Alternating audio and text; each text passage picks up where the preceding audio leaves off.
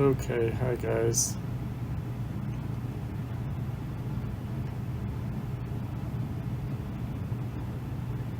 Let's see what's going on here. Looks like I'm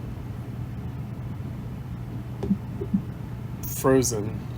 Let me see what's happening. Yes.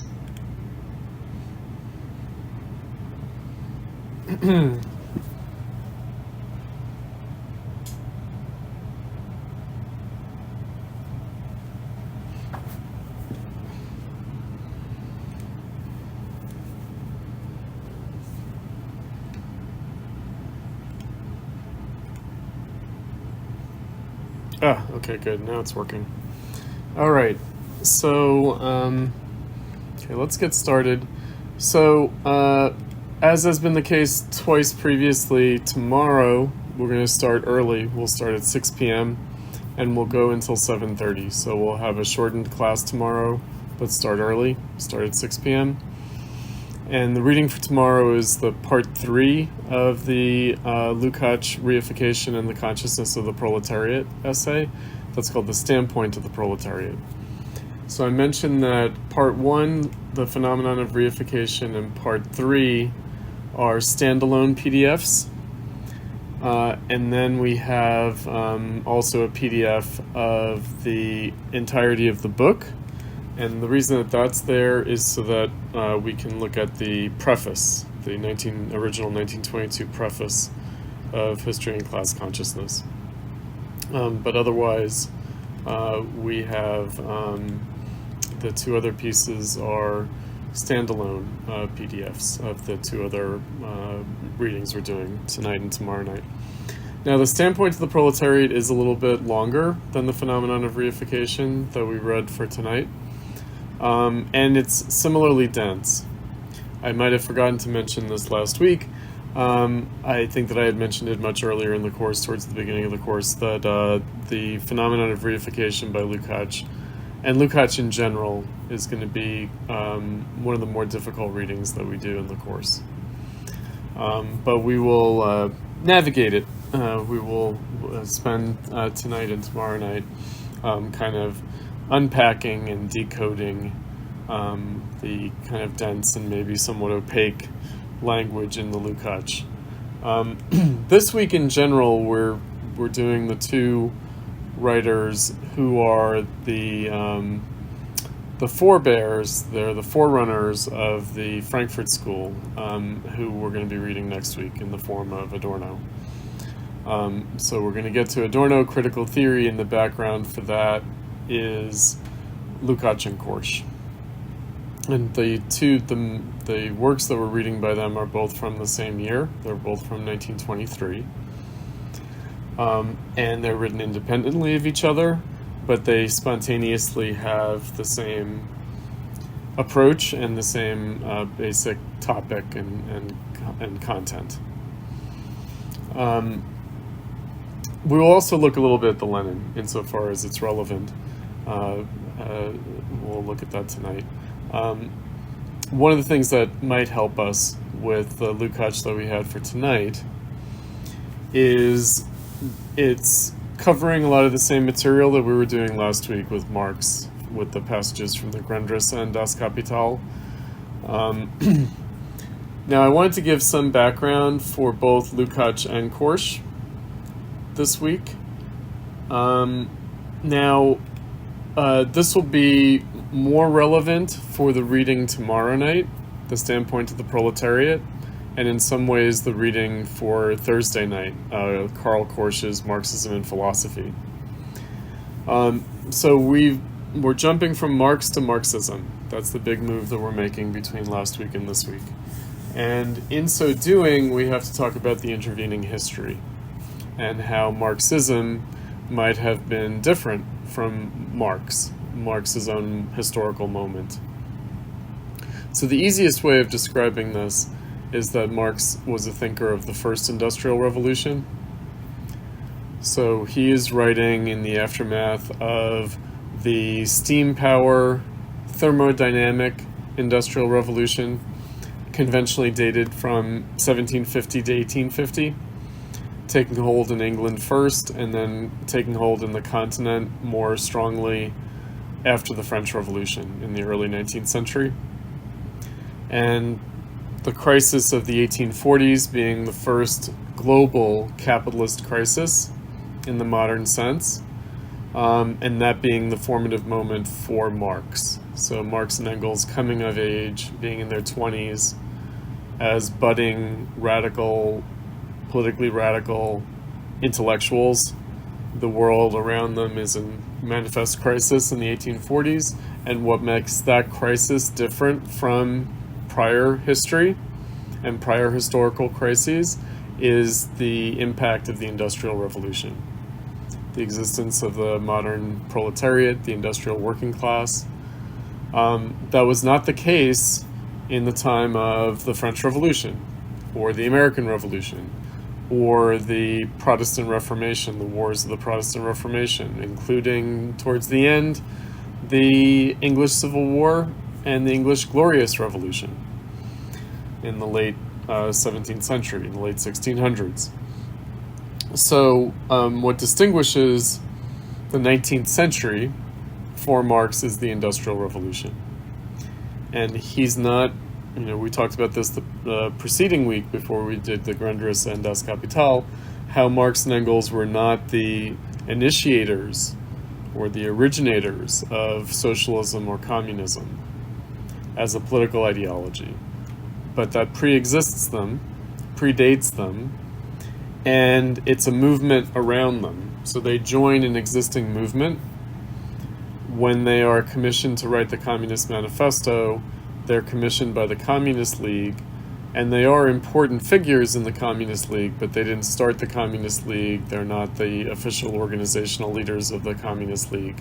They're young men who are bright intellectuals who are commissioned to write their manifesto. And so the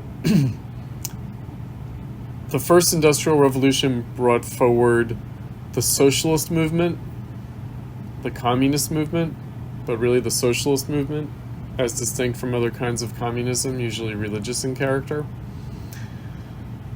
The second Industrial Revolution that we're going to be talking about today as the background for Lukacs and Korsch, that's conventionally dated from 1870, circa 1870, to the First World War. So the second Industrial Revolution is the late 19th century, and it involves a different set of technology. It's the electromagnetic revolution as opposed to the thermodynamic revolution. And it has other geographical centers. So the second Industrial Revolution is centered in Germany, the United States, Japan, Italy, and Russia. It also affects England and France, of course, as well. But it is the new rising industrial powers where it is centered. And those are the United States, Germany, and Japan, the countries that bring us World War I and World War II. And also the Russian Empire and Italy are also zones of the Second Industrial Revolution. So they're where the new industrialism is centered. Russia, I'll just make mention of this now. Russia back then, before World War I, in this period of the Second Industrial Revolution, was not what we think of as Russia either in the mid-19th century or today, post-Soviet Russia. First of all, it included much of Poland. It included the Baltic states, Lithuania, Latvia, Estonia. It included Finland. These were all parts of the Russian Empire. And that is where the rapid industrialization in Russia took place. It took place in the western part of the Russian Empire. It took place in Western Russia proper, like St. Petersburg and Moscow. But it also was centered in the non-Russian western parts of the Russian Empire. Poland, the Baltic states, Finland. And it is a hinterland for international capital, meaning Russian industrialization is due to French, German, British, American capital investment. So it is a major manufacturing center in the world before World War I, Russia, in the way that China has been since the 1980s.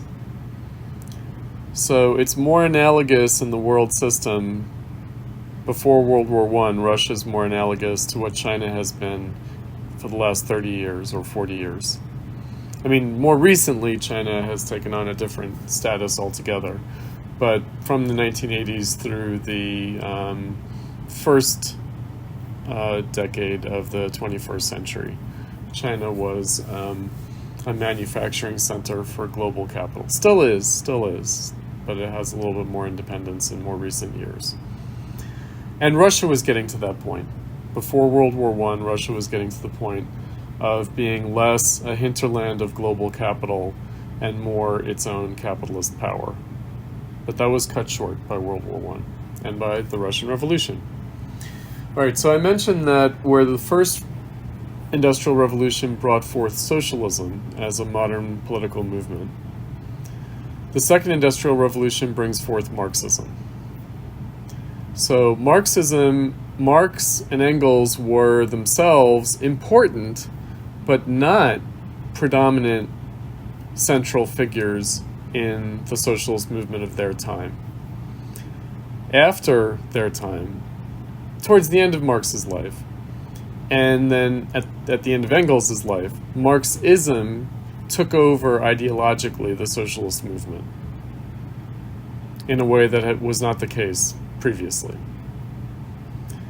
So there was a First International, for example, the International Working Men's Association, founded in the 1860s. It was a labor solidarity movement in solidarity with the Union, with the North in the American Civil War, to prevent the European powers. The working class in Europe was trying to prevent the European powers from openly supporting and joining the war on the side of the Confederacy. They would have joined with the South against the North. And there was an international workers' movement that on liberal grounds and also on socialistic grounds opposed European powers, England and France, support of the Confederacy against the Union. That's like the issue that causes the foundation of the First International. The First International was split after that time, after the American Civil War, split around the time of the Paris Commune in 1871, which is when the Franco-Prussian War took place and was resolved. The Germans defeated the French. There was a split in this First International between the Marxists and the anarchists. And coming out of that split, a new Marxist-dominated movement took hold that marginalized anarchism. And there was a Second International that was founded in 1889 on the 100th anniversary of the French Revolution. And that Second International included non-Marxists, but Marxism had an ideological predominance. And the countries where the socialist movement had the most orthodox Marxism were Germany, Russia, and the United States. So in the British and the French socialist movement, Marxism had a major role, but there were earlier pre-Marxist socialist traditions that were still in the mix. And so it was a kind of a heterodox Marxism rather than an orthodox Marxism. Oh, I should say Italy also. The Italian Socialist Party was also orthodox. So the Italian, German, Russian, and American, I think also the Dutch Socialist Party, interestingly enough, since Holland is an old bourgeois country. They were the most orthodox Marxist of all the socialist movements. Now I raise that because, again, Marxism took hold during the Second Industrial Revolution and really took hold ideologically in the newly industrialized countries. So it seemed like Marxism had been confirmed by the development of history, that Marx's own prognosis about the increasing industrial capitalist future of the world seemed to have been borne out by events later in the 19th century. Also, the growth of the proletariat in terms of population, the workers who are working under industrial as opposed to pre-industrial conditions. And I should also say the growth of a mass proletarian socialist movement, because that movement predates the parties. Unlike at any other time, this period between 1870 and World War I is the birth and growth of mass socialist parties. In Germany especially, but also in France and in the United States, in Italy, and to a certain extent in Russia. Although Russia also had another tradition. They had a tradition of peasant socialism.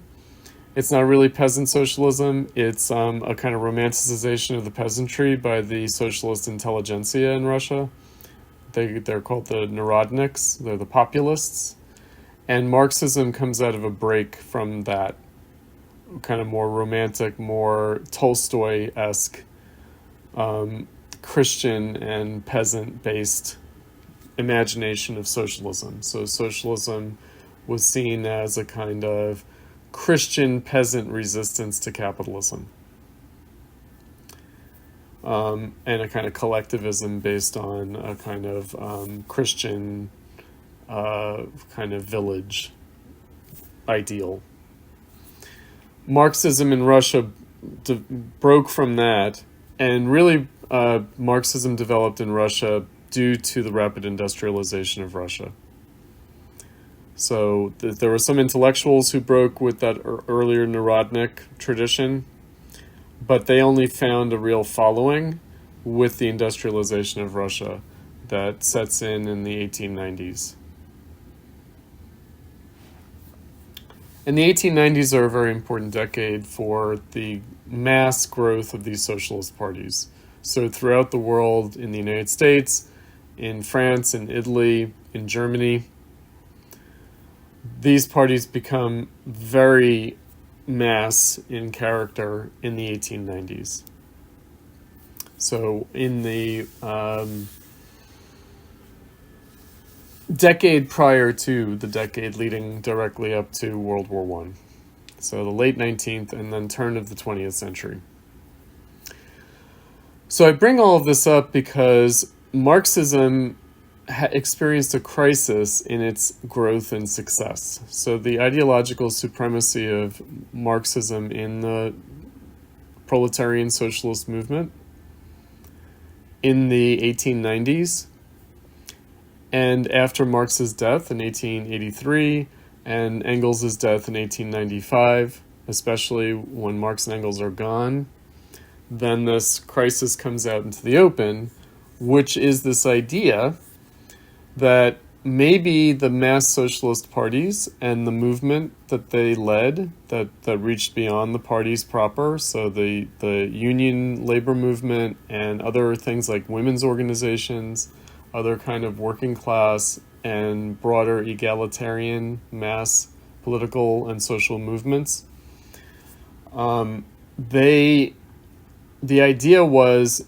maybe socialism is going to be achieved not through a kind of 1848 style revolution, like from the time of the Communist Manifesto, or like the Paris Commune that had taken place after the Franco-Prussian War, after the Germans defeated the French in the Franco-Prussian War, meaning a spontaneous uprising of the workers that involves a kind of insurrection and fighting on the streets with barricades, kind of armed workers against the military and the police of the capitalist state, that maybe it's not going to take that form.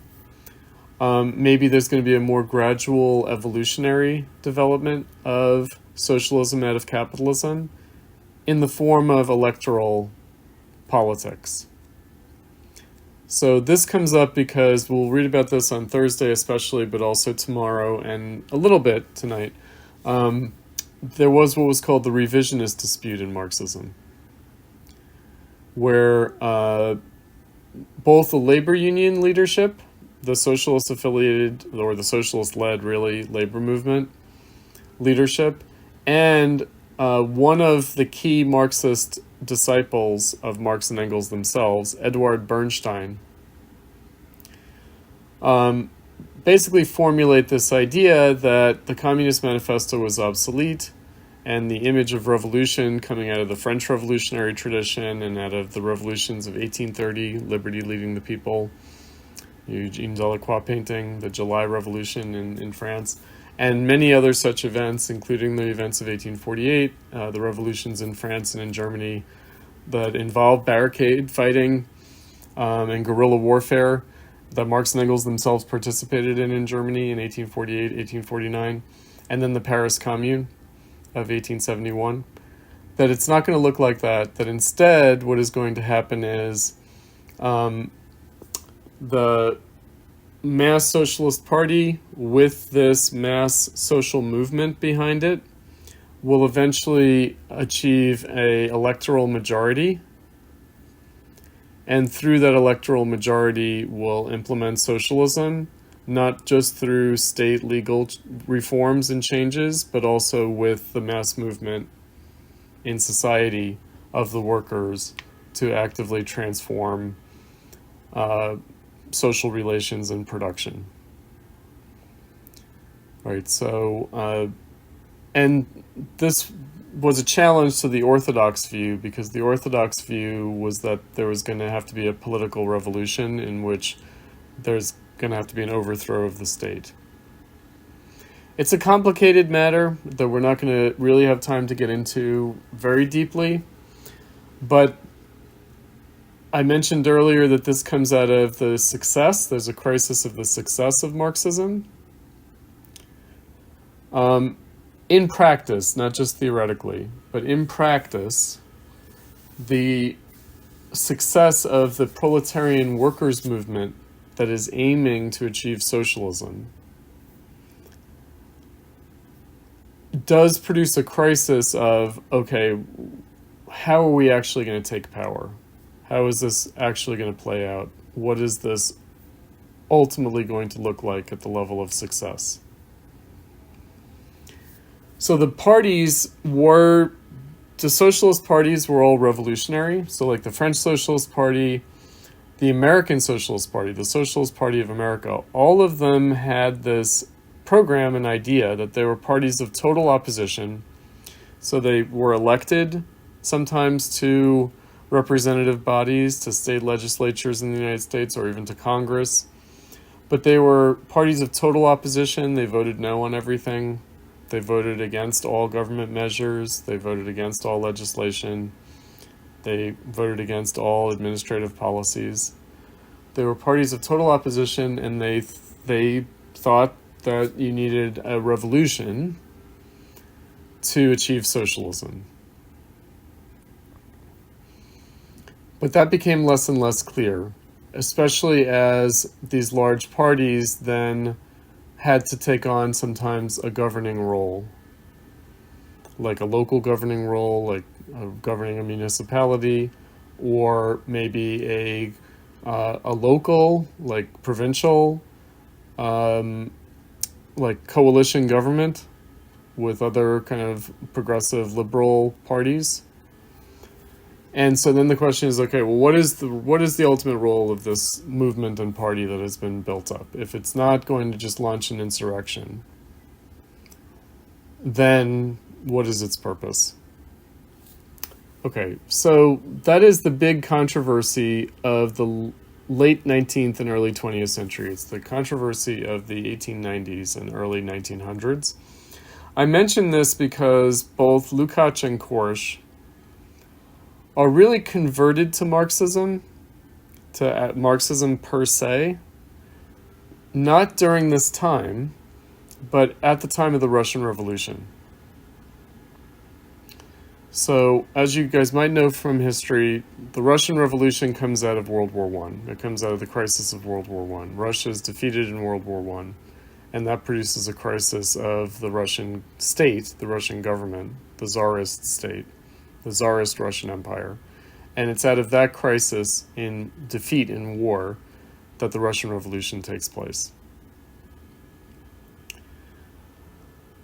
So, that is the event, the Russian Revolution, and specifically Lenin and the Bolsheviks taking power in October of 1917. There's an earlier revolution in Russia in February of 1917. That's actually prompted by a socialist holiday, International Working Women's Day, International Women's Day, which is established by the Second International. It's invented by Marxists, and that is it's the Women's Day demonstration that becomes a kind of mass demonstration, quasi-insurrection, that causes the Tsar to fall from power in February of 1917. But that doesn't bring a socialist revolution about.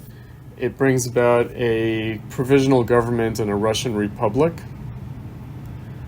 in which eventually, after a few months, the leader of that republic was Kerensky, who is a leader of these peasant socialists from which the Marxists had broken in the 1880s.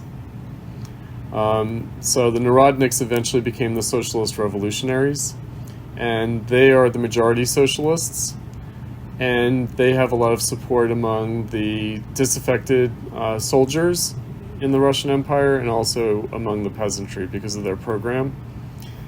And there's an interesting irony. Alexander Kerensky, the leader of the provisional government in the middle of 1917, he happened to come from the same provincial town that Lenin himself was from. So he was the son of the superintendent of schools where Lenin went to school. So they basically grew up in the same place and at the same time, Lenin and Kerensky, because it's Kerensky who Lenin overthrows with the Bolsheviks in the October Revolution of 1917. It's that successful revolution by a Marxist party, the Russian Social Democratic Labor Party, that soon renames itself the Russian Communist Party, that inspires Lukacs and later in the week we'll read Karl Korsch to become Marxists. Prior to that, they were non-Marxist radicals. They were post-Marxist radicals. So Korsch was a kind of anarcho-syndicalist kind of socialist, and Lukacs was more of a literary and social theorist. He was around the German sociologist Max Weber, who was himself a post-Marxist academic, who was the first academic in Germany to teach Marx academically. He was the first person to teach Marx at the university.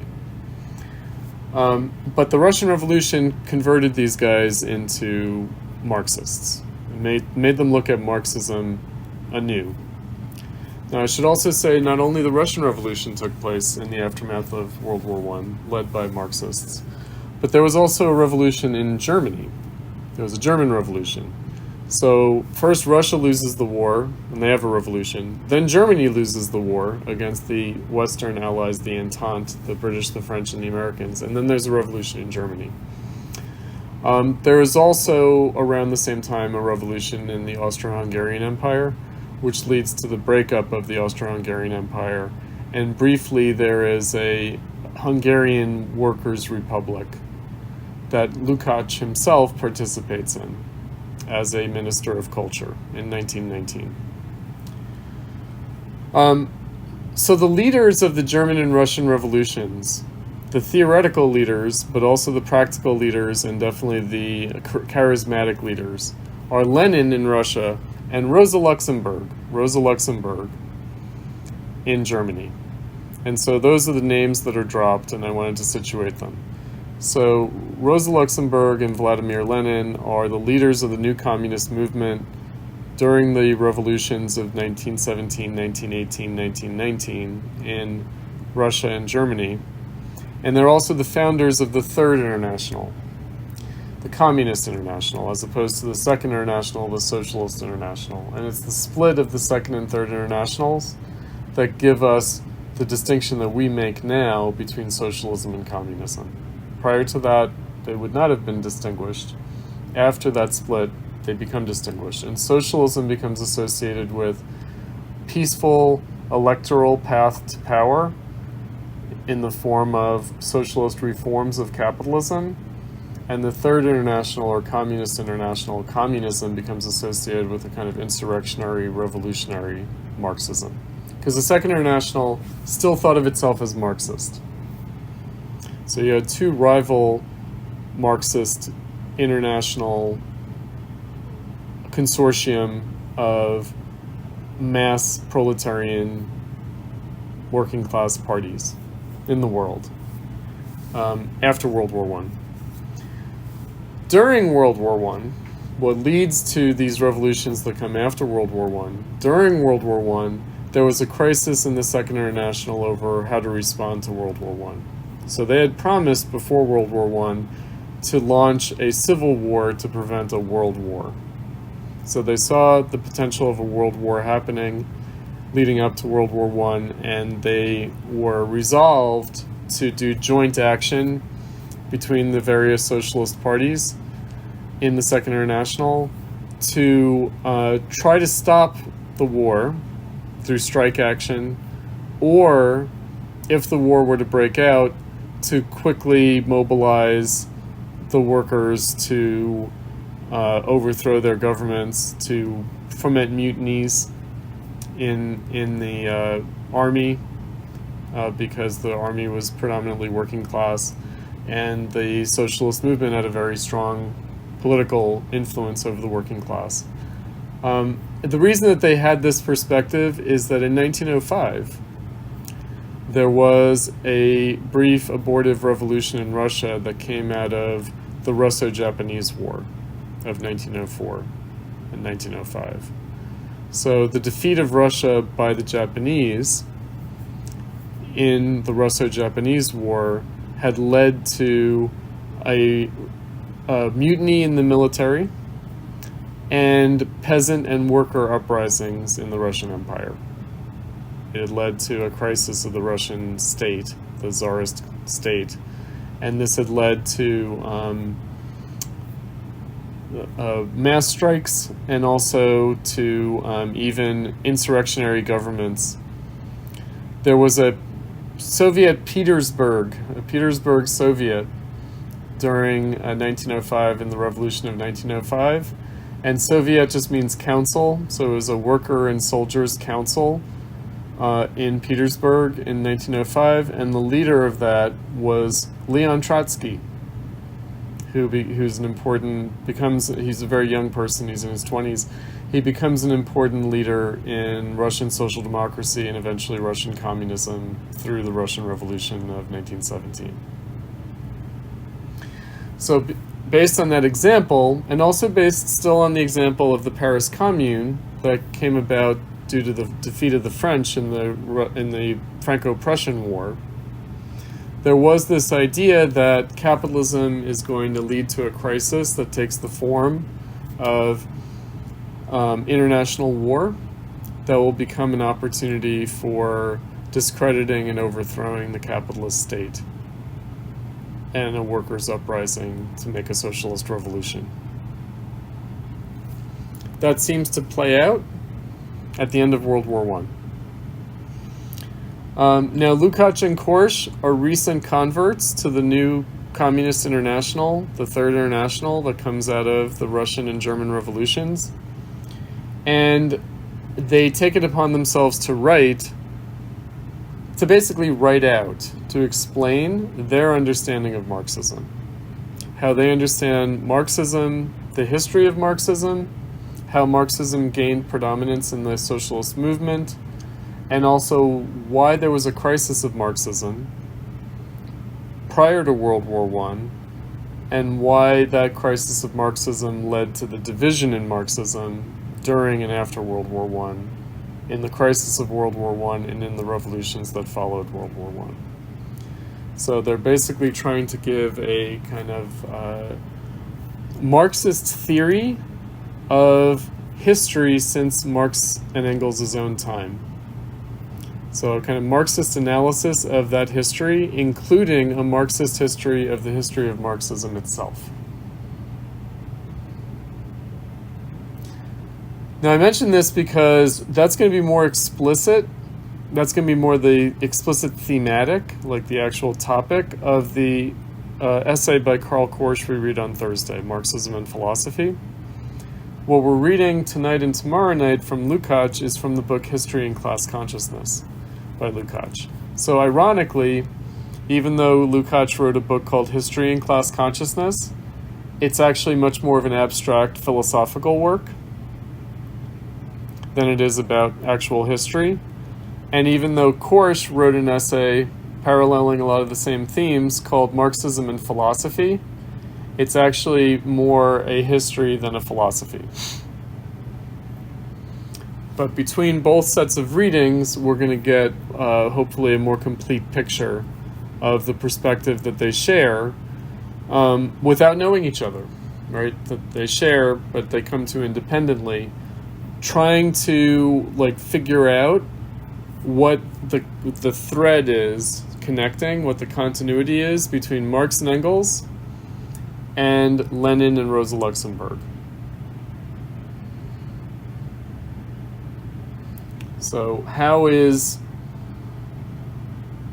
has Marxism gone through a development and a crisis, and how did it come out of that crisis renewed in the form of the Marxism of Lenin and Rosa Luxemburg? And again, how Marxism itself, as a mass movement, as an ideology and a theory, a kind of self-consciousness, a theory of that mass movement. And its crisis. Meaning, how did Marxism itself participate in the history of capitalism and also participate in the historical crisis of capitalism that came in the late 19th and early 20th century and kind of exploded in World War I and its aftermath. There's a term for this that's a very obscure term, and it's not going to be a very prominent term in the Lukacs or Korsch readings, but it is a very important term nonetheless, and it's also a term that has been the source of a lot of confusion in subsequent Marxism: imperialism. So imperialism, Lenin wrote a pamphlet about this during World War I, the title of which was Imperialism, the Highest Stage of Capitalism. And what he meant was the highest possible stage of capitalism. What this meant was the stage of capitalism that is leading to socialist revolution. But by imperialism, he didn't mean what we tend to think of in the post-World War II and post-1960s kind of language of the left. Also, they didn't mean, like Lenin and Luxemburg and Lukacs and Korsch, and even Marx and Engels, if they use this term imperialism, they don't mean what liberals mean by imperialism. So what liberals mean by imperialism is colonial empires. So they mean countries ruling over other countries in colonial empires. That's the liberal definition of imperialism. The Marxist definition of imperialism is different. The Marxist definition of imperialism is not about colonial empires, although it can involve colonial empires. It's not primarily about colonial empires. It's rather about the imperial state. So the term is actually from the French Empire, the Second Empire, which is the empire of Napoleon III, or Louis Bonaparte, the nephew of Napoleon Bonaparte, who was elected president of France in the Revolution of 1848, in the Second Republic, and became the emperor in the Second Empire. So he had a coup d'etat, overthrew the Republic, established an empire, and ruled France for 20 years. And Marx and Engels understand that French Second Empire as a particular kind of capitalist state that is a new development in the history of capitalism, and that comes out of the crisis of capitalism and comes out of the failure of revolution in 1848. So it's the Bonapartist state, which is another term that you'll hear in the world, Bonapartism. But again, there's a liberal definition of Bonapartism, like there's a liberal definition of imperialism. The liberal definition of imperialism is like colonial empire, which liberals don't like. Liberals don't like colonial empires. They think that they're wrong because they violate the national self-determination of people. And no country has any business running the affairs of another country. So liberals don't like imperialism. It's a bad word. It's a dirty word. They also don't like Bonapartism because Bonapartism is like Caesarism. It's a dictatorship. And that's also like contrary to the sensibility of a kind of liberal democratic bourgeois kind of politics. Marx and Engels, and then later people like Lenin and Rosa Luxemburg, Bonapartism is the imperial state, imperialism is the imperial state, the capitalist state, the Bonapartist state, a state in which executive action is needed by the state to manage capitalism. And it's also associated with other developments in capitalism that take predominance in the late 19th century, already in Marx and Engels' own lifetime, but even more so in the time of Lenin and Rosa Luxemburg, and that is monopoly and finance. So it's the predominance in the realm of production of large-scale capital concentration, financial capital being necessary to have capitalism, and monopolization of mass industries. So the robber barons of the late 19th century in the Gilded Age in the United States. And in the United States, they also refer to the imperial presidency. So the growth of the imperial presidency. So in its earliest beginnings are the Abraham Lincoln administration during the Civil War, but then developing much more in the Gilded Age industrial era of the late 19th century, and then finally being realized in Woodrow Wilson and FDR, a kind of massive growth of the federal government in the United States, the imperial presidency, and not just the president, but the executive. So the administrative state, the right wing likes to talk about this. So you hear a lot of right wing discourse about the administrative state and this kind of thing. So Marx and Engels were already picking up on this in the 19th century, in the middle 1800s, and then it becomes more and more the case in the latter part of the 1800s and into the early 1900s, in the late 19th and early 20th century, that capitalism seems to require massive government management in order to function. And it's massive government management in collusion with financial capitalism and monopoly capitalism. The term that Marxists use, not just Lenin, but others like Kautsky, who's the Pope of Marxism. He's the other disciple, it's Kautsky and Bernstein, the other disciple of Marx and Engels, who is the intellectual leader of Marxism after Marx and Engels' own death. It's their term, imperialism, to mean finance, monopoly capitalism, the imperial state, the executive, administrative, bureaucratic management of capitalism by the state, as opposed to free market capitalism of small capitalist entrepreneurial production. It's massive capital concentration that requires the state to facilitate in collusion with finance capital. And the idea is that this is what's preparing the ground. It's the highest stage of capitalism that's preparing the ground for the workers to take over, to have a socialist revolution, a proletarian socialist revolution. Right. So that's the vision that these people have, again, both in the Second and the Third Internationals. The revisionist dispute that I mentioned earlier, that is going to be referenced by Lukacs and Korsch, they interpret things somewhat differently. In other words, they see the growth of the administrative state in capitalism as itself the socialization of production, and that's why they think that the working class achieving an electoral majority can just take over that bureaucratic administrative state and turn it from something to manage capitalism into something to implement socialism.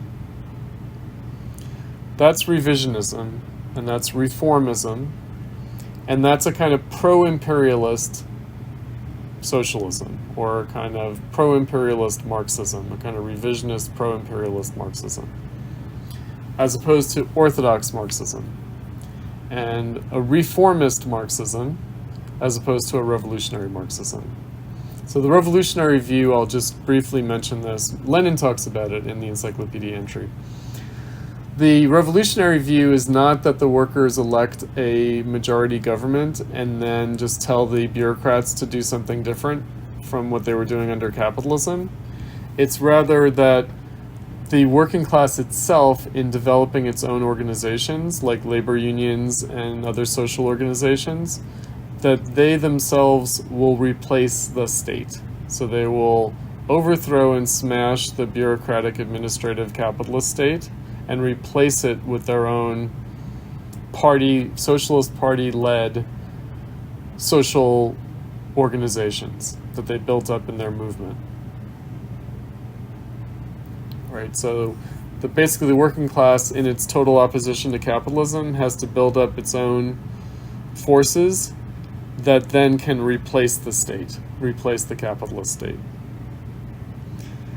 That is what seems to have taken place in the Russian Revolution and in the Soviet Union. And yet, it did not work out the way Lenin or Rosa Luxemburg or the earlier Marxists, the orthodox Marxists like Kautsky, as opposed to the revisionist Marxists like Bernstein, or Marx and Engels themselves. It doesn't play out the way they expected. I should say also, we read that letter to Wedemeyer by Marx from 1852, in which he says that his only real discovery is the necessity of the dictatorship of the proletariat. So what Marx and Engels conclude from the Revolution of 1848, and also they underscore with the experience of the Paris Commune in 1871, is that the workers can't take power, can't have a successful revolution. They can have an uprising, they can do street fighting, but they can't actually take power until they've built up a party that can take over the state, that can basically replace the existing state with their own forces.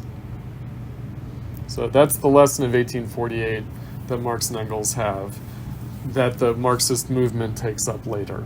And that seems to have been fulfilled in the Russian Revolution. That's why Lukacs and Korsch were so excited by the Russian Revolution, and also why they converted to Marxism. They would have been more like a revisionist Marxism prior to the Russian Revolution. They would have assumed, well, now the modern state is so complicated, modern capitalism is so developed, that the working class's own organizations can't really replace the bureaucracy that governs capitalism. Right, that the workers can only hope to sort of join that capitalist state through a kind of electoral politics, rather than smashing and replacing it. Because they lack the bureaucratic expertise of the administrative state. So they have to win over the administrative state to the policies of socialism. Whereas Lenin said, by contrast, he said, every cook can govern. Meaning he thought that the elaborate management of capitalism by bureaucratic experts was only required by capitalism in its decadence. That if the workers transformed capitalism into socialism, they could simplify its administration. Actually, Engels has this idea as well. He said that socialism will be the replacement of the governing of men by the administration of things. That's a famous phrase of Engels. From his book, which was actually more popular than the Communist Manifesto in the time of these mass Marxist socialist parties, Socialism, Utopian, and Scientific. That would have been the book that a lot of people would have read. A lot of intelligentsia and a lot of working class people would have read and been converted ideologically to Marxism. It would have been through Engels' book, Socialism, Utopian, and Scientific. Okay, so that is our historical background, and because there was a crisis of Marxism, and because by 1923, while the Russian Revolution had succeeded, the German Revolution and the Austrian and Hungarian revolutions, also there was an uprising in Italy, had all failed. So the Russian Revolution had succeeded, but revolution outside of Russia, attempts to do the same thing outside of Russia that happened in Russia.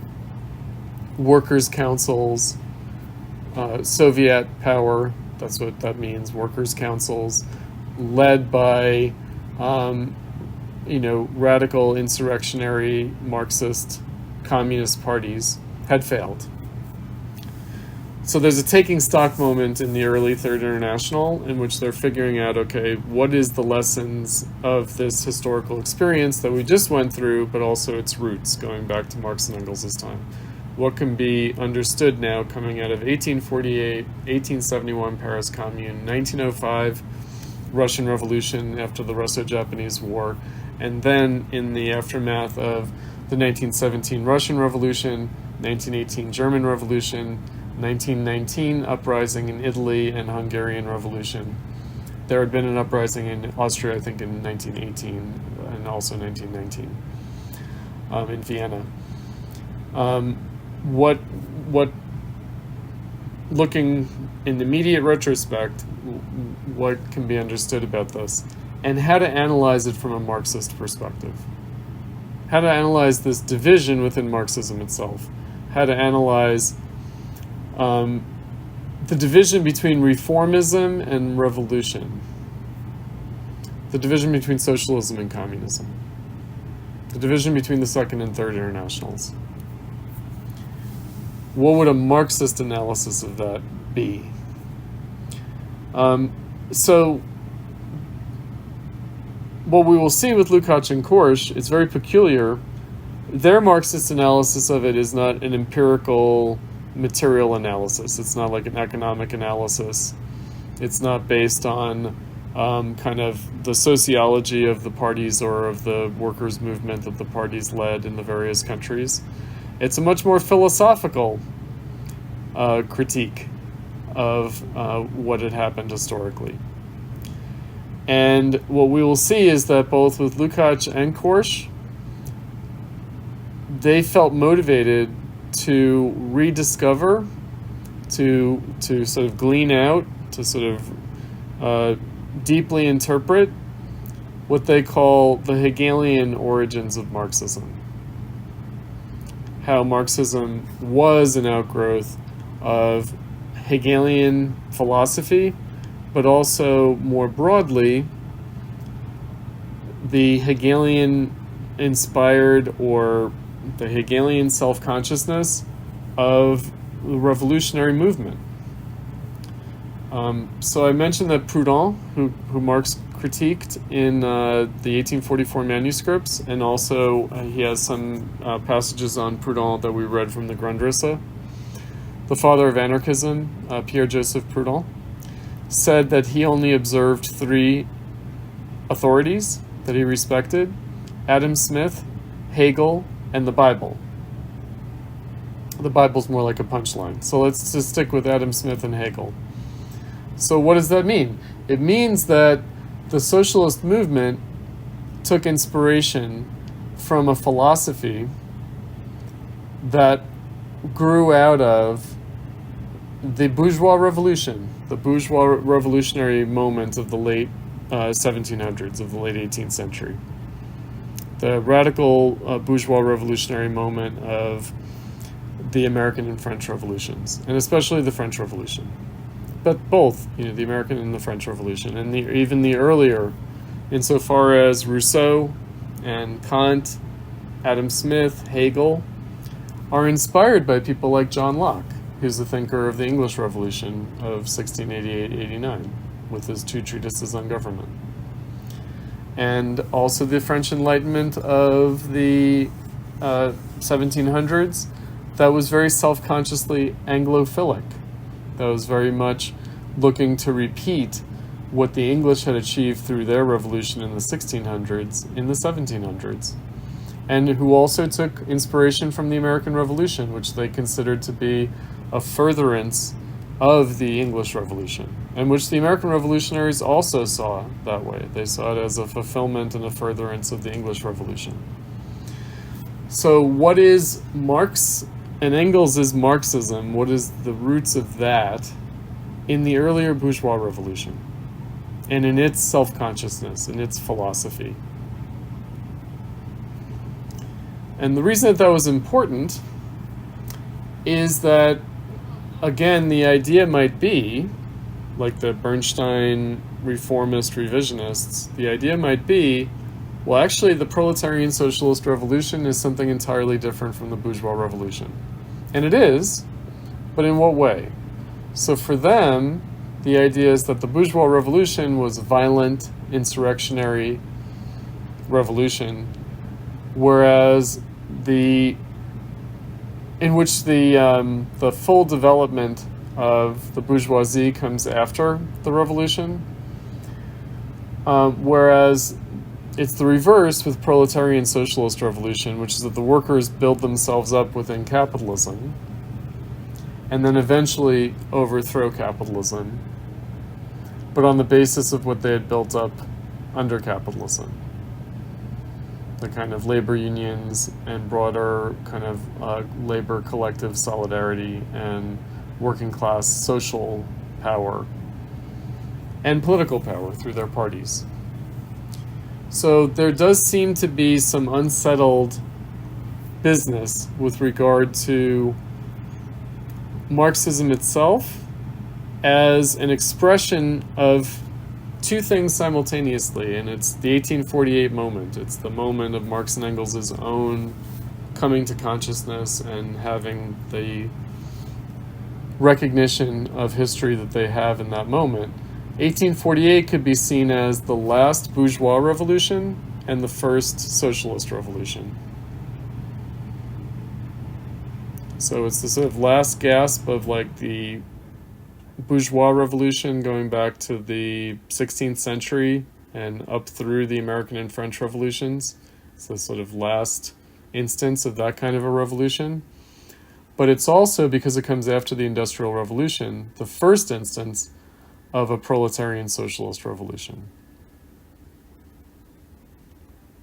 All right, so what is the relationship between those two dynamics?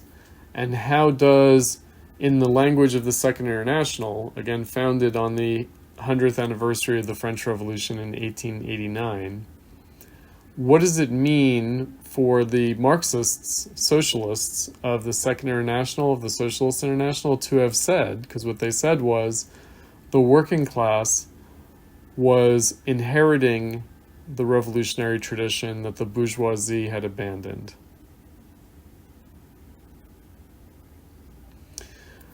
The language in Lenin, I'll make one more reference to Lenin because this will be important for Lukacs and Korsch, is that Marxism came out of three different traditions. And I mentioned it when I first introduced Marxism 2 weeks ago with the economic and philosophic manuscripts in the Communist Manifesto. That the three traditions Marxism comes out of are British political economy, German philosophy, and French socialism. I think I mentioned at the time, but I'll repeat now. Actually, it comes out of the critique of those three things. The critique of British political economy, Adam Smith, the critique of German philosophy, Kant and Hegel, and the critique of French socialism, Proudhon, as like the preeminent French socialist of their time, of Marx and Engels' time. So, what does critique mean? Critique doesn't mean disputing, debunking, opposing. It doesn't mean criticizing. It doesn't mean deconstructing. It's the immanent dialectical critique. So the immanent dialectical critique of the bourgeois revolution, and the bourgeois revolution as expressed through political economy, with the recognition of labor as value, the centrality of production in society, the kind of culmination of the Enlightenment in Kantian and Hegelian German idealist philosophy, which we're going to get into today right away with the concept of reification, and the critique of the bourgeois revolutionary tradition that had given birth to socialism, because socialism as an ideology had originated out of the Jacobins in the French Revolution. It's from the time of the fall of the Jacobins in 1794. Gracchus Babeuf, he's the initiator of modern socialism, comes out of the bourgeois revolution. And people see forerunners for socialism in people like Thomas Paine in the American Revolution too. And even earlier back in the English Civil War, for example. So, what is this relationship? What's the relationship between bourgeois society and capitalism? What is their dialectical relationship? What is the contradiction between bourgeois social relations and industrial forces of production? How is that expressed not only economically, but politically and philosophically? Tomorrow night, we're going to get into more of the concrete political aspects. Tonight, we're going to discuss the relationship between political economy and philosophy. We're going to continue that discussion, but we're going to add in politics, revolutionary politics. And then on Thursday, it will be more about revolutionary politics and philosophy. So the political economy part will be tonight and into tomorrow night, and then Thursday, the piece that will predominate will be politics and philosophy. Okay, so that's my background discussion. Let me do a couple of things. One is, how are we doing for time? Okay, we're not doing too bad for time. Is to look at the History and Class Consciousness book.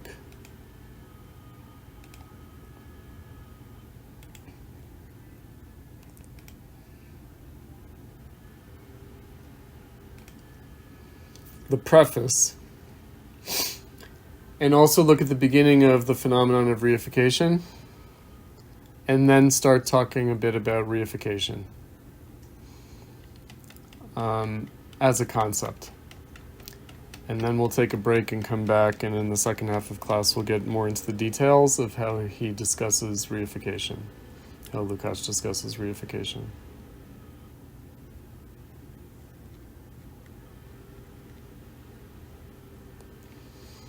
Okay. So from the, I'll share my screen with you guys. From the preface, from the original 1922 preface, there's another Esteban, go ahead. Yeah, I'm not sure if we're gonna change topic, so No, you can say, you can ask. If, I just had a thought. If Bonapartism and imperialism, those two,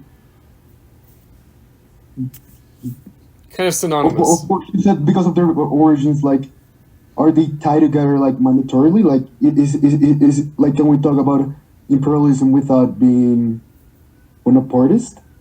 Well, I all mean, right, let me explain that. I think Lenin uh-huh. gets into it a little bit. But the idea is that there are two kinds of colonialism. It's a very Adam Smith idea. So if you remember from Adam Smith, the two kinds of colonialism, the Greek kind and the Roman kind. Well, the Roman kind is the imperial kind. And the Greek kind is the bourgeois kind, we can say. Bourgeois meaning the city. So the idea of the city-state spawning new city-states, the Greek model of colonialism. So there is this idea that bourgeois colonialism is different from capitalist colonialism. So there's colonialism in the bourgeois epoch. Basically, bourgeois colonialism would take place after the Renaissance and up through the 1700s.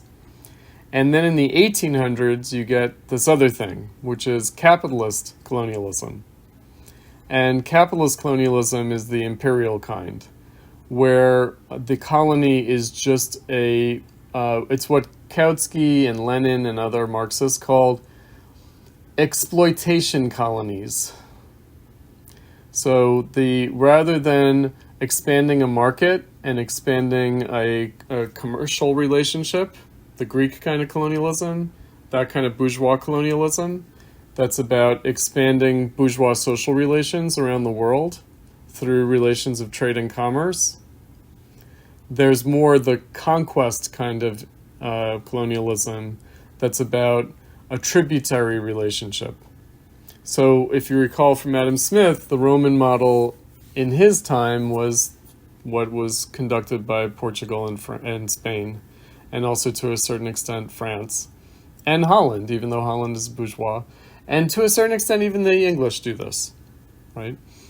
Meaning that they're just interested in, like the Portuguese and the Spanish are just interested in getting the gold out of the New World. All right, so it's just about exploitation. And you could say the plantation economy of slavery, of the transatlantic African slave trade, is also an exploitative.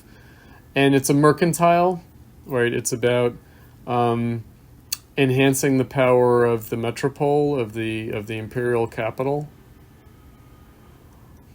But there's this other thing going on at the same time, which is the establishment of new outposts of bourgeois society that basically subsist on their own. They're independent, they have their own production, and they engage in relations with others through trade and commerce. They're not really about conquest. In the 1800s, the idea is that European colonialism in the 1800s is all about conquest and exploitation and tributary relations. It's all about enriching the metropole, and it's not about developing production in the colony. Now, of course, it's not really all of one or the other. It's always a combination of both, but the predominance of one over the other. So the predominance in the earlier colonialism of establishing independent bourgeois social relations, expanding a cosmopolitan world of trade and commerce, and cooperative production between nations. The Kant and Benjamin Constant view. And then the 1800s, the preponderance goes the other way, goes in the direction of establishing dependent colonies serving the metropole in a tribute relationship of exploitation, resource extraction. It's not really about developing bourgeois social relations, it's more about natural resource extraction and exploitation. All right, so in the era of capitalism, and that's tied, let me finish the thought, Esteban, that's a projection of the Bonapartist state internationally. In other words, the late colonialism of the capitalist industrial era depends on this massive state, this massive capitalist state that actually didn't really exist in the same way prior to that. All right, so when you think about like the conquistadors or, for example, they are more like giving commissions to just go do what they want to do and collect like a bounty for themselves. And, they're basically like free contractors, right? Who are really out to enrich themselves. They're not agents of like a centralized state in the way that develops in the 1800s. So that's what the connection of Bonapartism and imperialism is about. It's about that you have the rise of the imperial state in the advanced capitalist countries, whose power is projected outward in late capitalist colonialism. And in some ways you can see the colonial administration, like the administration of the colony by the metropolitan state, as the purest example of the state like running society. In a way that wasn't the case, even in the old like Roman model bourgeois colonialism of the post-Renaissance world. So it's a different kind of operation. And, you know, it is tied to the view of history. The idea is that bourgeois colonialism was progressive and capitalist colonialism is regressive and decadent and undermines and destroys social production, whereas the earlier bourgeois colonialism developed production in world history. Whereas the capitalist colonialism is actually undermining the growth of human cooperation and production and progress. That's the idea, anyway. Esteban? For the sake of understanding, connecting this, for example, with the Chinese Revolution, the Americans come with all this industry, and like, would that be? That wouldn't be imperialistic. Which revolution? The Chinese? Did you say? The Chinese Revolution, like this late, like as you mentioned, what happened with the USSR at the beginning. No, with the Russian state at the beginning. The Russian. The Russian. Japanese. With all this like European investment and development of their industry, similar with what happened in China, would that be imperialistic? Because sure, yeah, it is. That's right. Because at the same time they're creating. Right, so it's always both. The thing is, capitalism is both. It is bourgeois social relations and industrial forces of production. But at a political level, the problem of imperialism is the predominance of finance and monopoly capital, which both perpetuates but also undermines bourgeois social relations. Meaning bourgeois social relations, it's no longer like spontaneous commodity relations through like local business and trade and commerce. It's much more of a state-managed thing based on monopolization. Right, so if you recall from the 1844 manuscripts of Marx, when he says, with the growth of industrial capitalism, monopoly returns, but in more terrible form.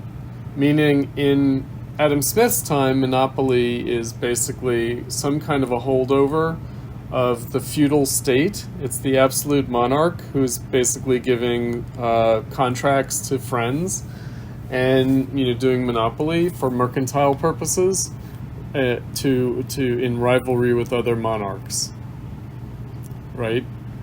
Whereas Smith sees that as a obstacle to international trade and commerce and the growth of production, right?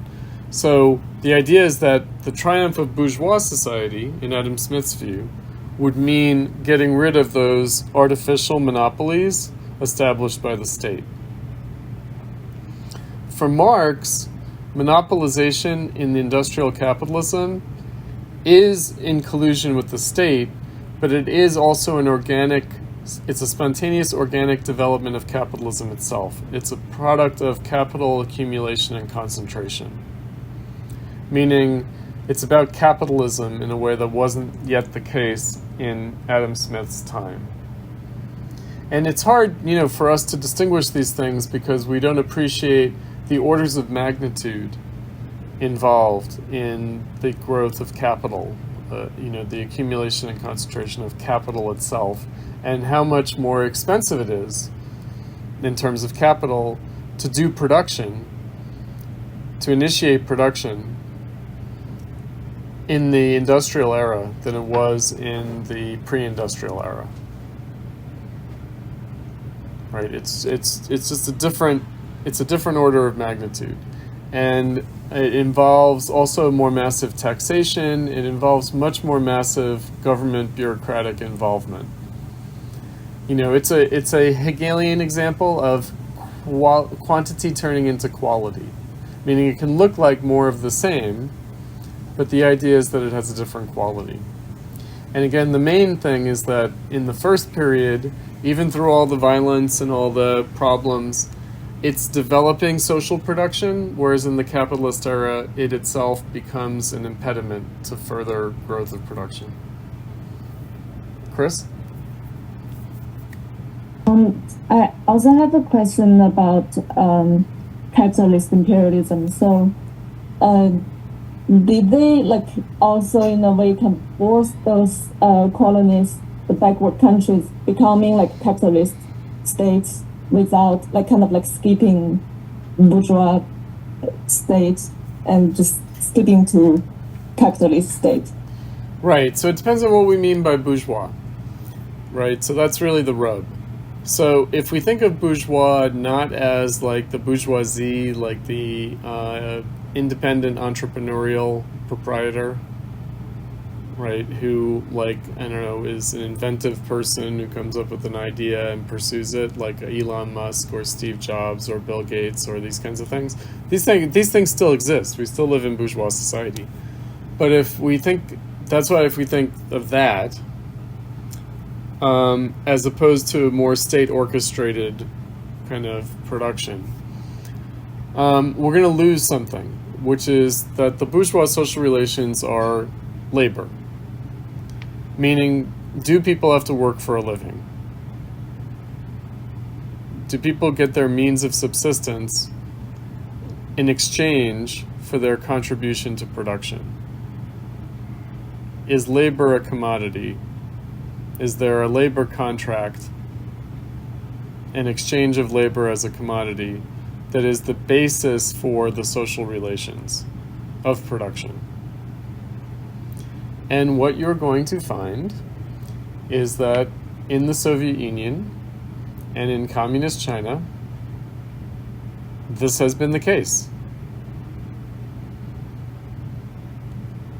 Right? People were paid wages. So the basic social relation remained that relation of labor. And by the way, those countries said so. Right? So the way that the Soviet Union characterized itself, at least up until Stalin, the high Stalinist era of the 1930s, and the way, if I were to include in our class today a representative of the Chinese Communist Party, and ask them, okay, what is your government? What is the Communist Party of China? What is their government? They would say it's the dictatorship of the proletariat. They wouldn't say it's socialism. They would say it's the dictatorship of the proletariat, which means that it's the working class through its political party, the Communist Party, ruling capitalism. And that in that situation, bourgeois right still applies. So what is bourgeois right? It means that people claim their rights in society on the basis of their labor. That we have not yet transcended that. Right? We have not yet overcome bourgeois right as the basis of society. And of course, in the Soviet Union and in China, there was this idea that they were backward countries that had to develop bourgeois right before they could proceed to develop socialism. That they had to convert the peasants into the proletariat. All right, so it was a dictatorship of the proletariat that was leading to the proletarianization of the country that would then become socialism at some later date. And I think the Communist Party of China has declared that they will achieve socialism by 2050. Right? So in 25 years, then they will get to socialism. Stalin announced that they had achieved socialism in 1935 in the Soviet Union. But then Khrushchev replaced Stalin in the 1950s, and he said, oh yeah, no, actually, no, we're still just the dictatorship of the proletariat. Stalin was wrong about that. We haven't achieved socialism. Okay, so that's a totally different question, right? But what I'm saying is, you can get rid of the free market and still have bourgeois social relations. So no skipping has ever happened. Right, the communist parties in Eastern Europe and the Soviet Union and Vietnam and China and Cuba, they are Marxist in some way, meaning their self-understanding of what they're doing is the dictatorship of the proletariat. It's not yet socialism. Socialism hasn't been achieved. Socialism is the intention, but it has not yet been achieved. They will say that themselves. And so we have to say, okay, why would they think that? Well, because they still think of themselves as Marxist. And what does that mean? It means they understand that, like, looked at from a Marxist perspective, bourgeois social relations are still operating in those countries. In fact, the communist parties took over a country in which the first order of business was to establish those bourgeois social relations that were not there because people were still largely living as peasants. So the industrialization of the country was the first order of business, and that means developing the bourgeois social relations. That's what it means. But done through the state, the dictatorship of the proletariat, rather than done spontaneously through the market.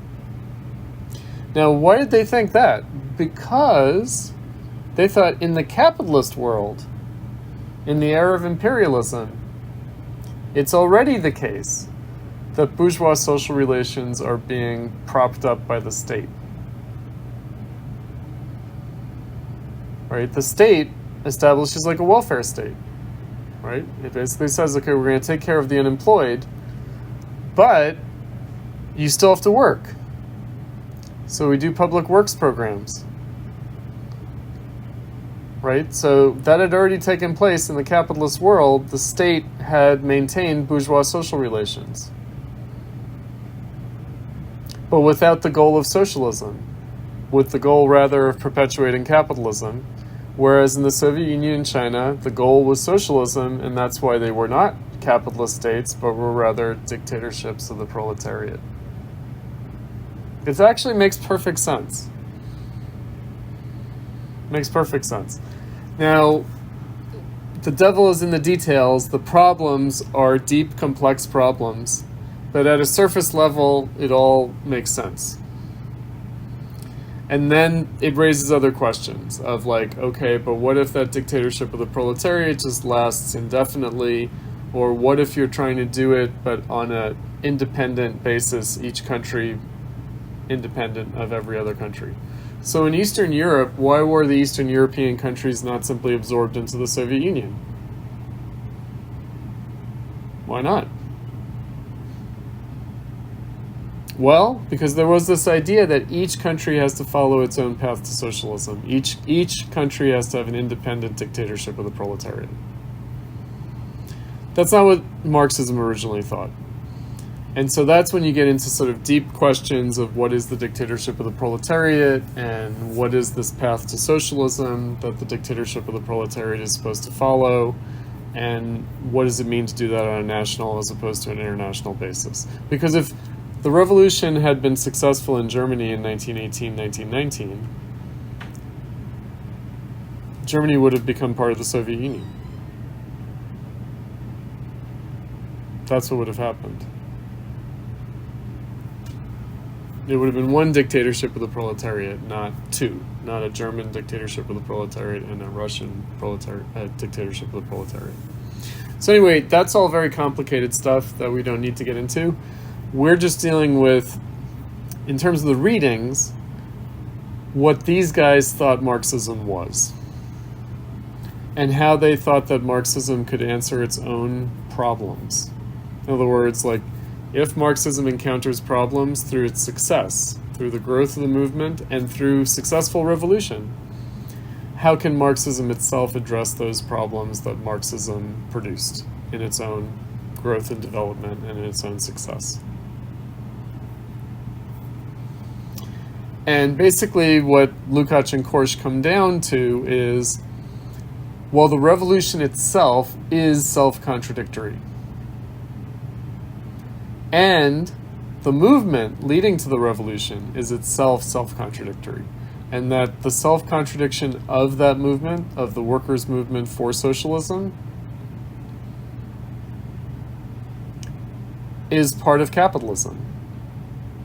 It's part of the capitalist contradiction.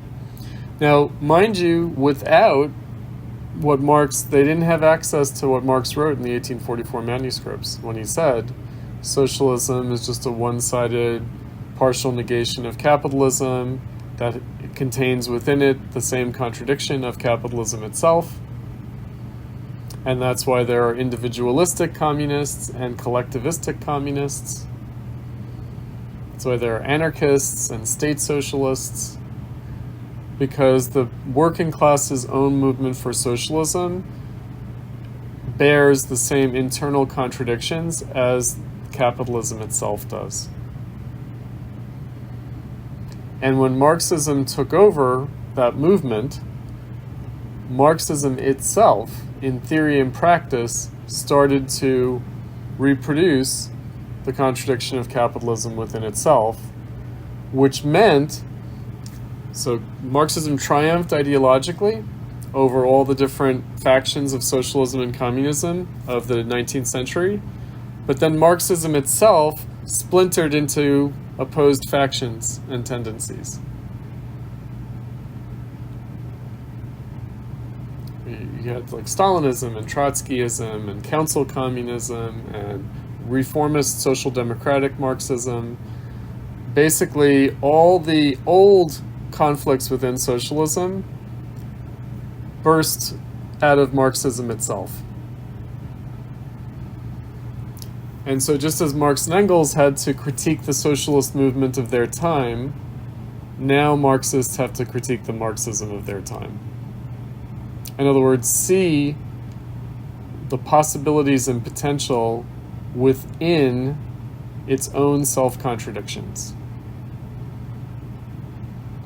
Right? Not just analyze and diagnose it, but also develop a prognosis out of it. Maybe the last thing that I'll say, and then we'll take a break, even though we didn't get to the reading yet, but last thing that I'll say about this.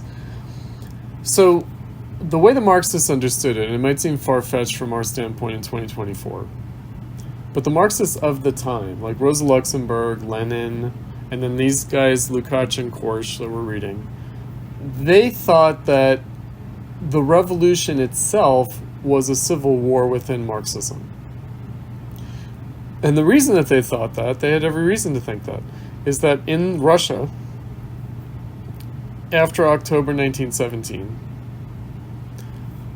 the Bolsheviks and their main enemies in the Civil War, their main enemies, their most sort of tenacious enemies, are other Marxists and other socialists.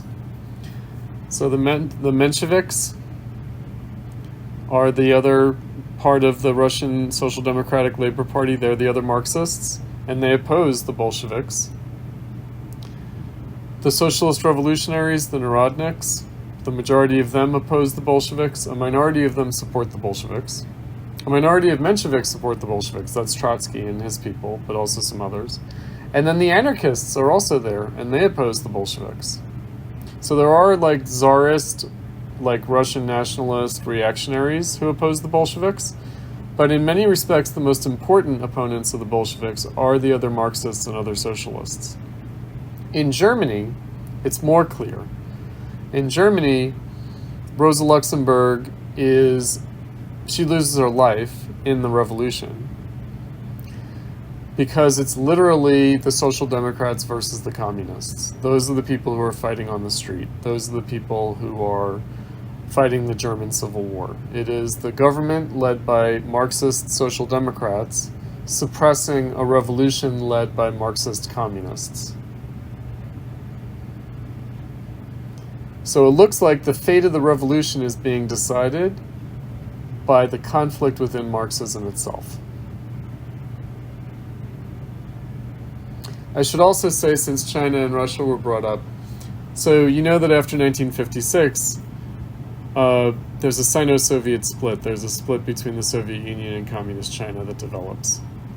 And in that split, each side accused the other side of being revisionists.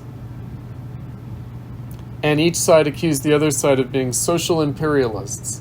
So each side accused the other side of abandoning the dictatorship of the proletariat and devolving into social imperialism instead, meaning Bonapartism, but with like socialist ideology.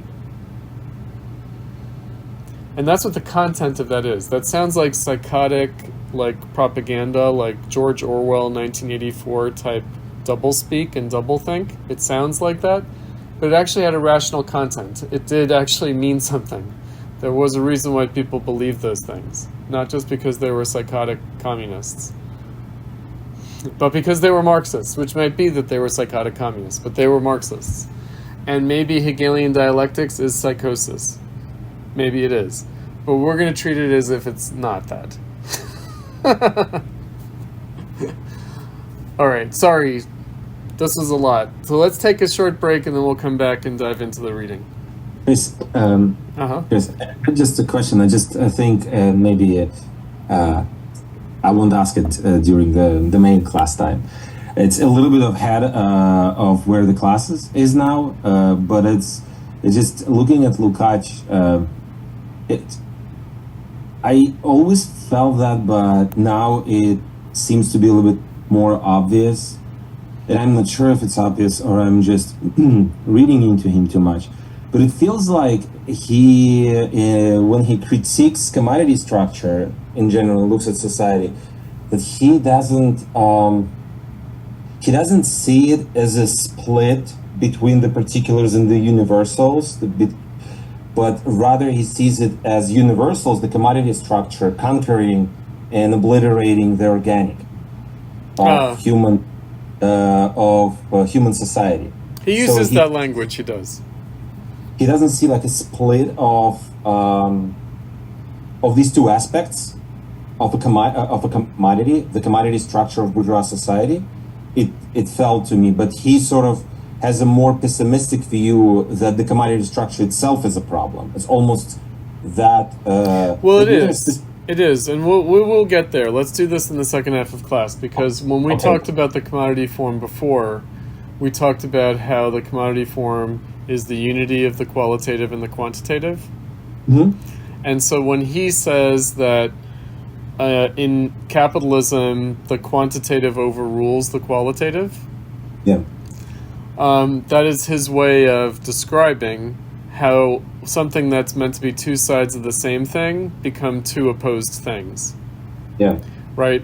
And yes, it is in the commodity form itself, but it's in the disintegration of the commodity form. Meaning, originally the commodity form unites the qualitative and the quantitative, but in capitalism it opposes the qualitative and the quantitative. So that's the tricky part. And that's why it seems like, again, a version of quantitative over qualitative would be mathematical over organic or something like that, or mechanical over organic. But again, that's the phenomenal form. And that's why, it appears this way, meaning he's not saying it is this way, he's saying it appears this way and why it appears this way. Now, why he does this, we will see, is because he's actually trying to extrapolate to non-economic phenomena. Mm-hmm. Right, so once you do that, then there's a question of, okay, well, is this analysis just becoming a metaphor that you can apply to anything? Or is there really a basis for looking at it just that way? And that, Lukacs is controversial for that reason. It seems like he's turning, the Marxist critique of political economy into a metaphor for the critique of any kind of social or cultural form, right? Mm-hmm. We're going to have to see that that's not necessarily the case. But let's hold that thought. And what I also thought is that, and reading some other people from that time, is that they all capture a problem of course, of positivism. Yeah. This is something that they all deal with. Everybody, like every person I read, is upset about positivism. But the other thing that not every single person is talking about it, but it's present, is nihilism. Nihilism, yeah. Nihilism as a negation of any certainty. So negation of certainty is nihilism, and positivism as this sort of dogmaticism, this unsubstantiated dogmaticism. What the two are related to is the loss of reason. Yeah. So loss of like purposive reason. And positivism means that the relationship between the subject and object, what we'll talk about in the second half of class, becomes contemplative, which means there isn't an intrinsic relation. Like the way that objects appear is no longer purposive, right? And so becomes divorced from reason, right? So in other words, we can no longer recognize our own like rational intention in the way the world appears, right? Mm-hmm. And that's a implicated. And that how we're implicated in it. And this is why I mentioned last week that one of the things that Lukacs is doing is extrapolating Marx's idea of commodity fetishism. Mm-hmm. Right? Because it makes the world appear in this fetishized way, not psychological fetishism, not a mistaken overvaluation psychologically, but fetishism in the sense of like the activity of spirits independent of us. A kind of demonic force in the world that is not about our own reason, but is separated from it. Okay, let's take a break. Thank you.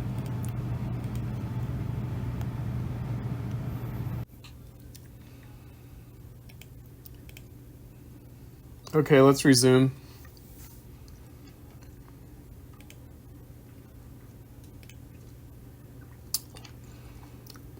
All right, what I wanted to do is, well, we jumped the gun on this a little bit, but I want to do three things up front. One is to look at the last couple of paragraphs of the, and maybe the very beginning of the 1922 preface, and then look at the beginning of the phenomenon of reification. Really, it's the opening paragraph of the entire reification essay, the reification and the consciousness of the proletariat. And then we can get into how Lukacs proceeds. So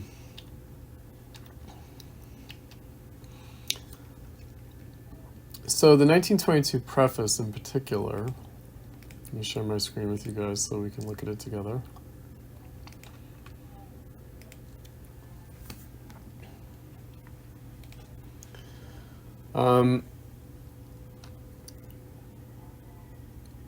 The collection and publication of these essays in book form is not intended to give them a greater importance as a whole than they would be due to each individually. But for the most part, they are attempts arising out of actual work for the party to clarify the theoretical problems of the revolutionary movement in the mind of the author and his readers. The exceptions to this are the two essays, Reification and the Consciousness of the Proletariat, and Towards a Methodology of the Politics of Organization, which were both written especially for this collection during a period of enforced leisure. They, too, are based on already existing occasional pieces. Although they have now been partly revised, no systematic attempt has been made to remove the traces of the particular circumstances in which they were written.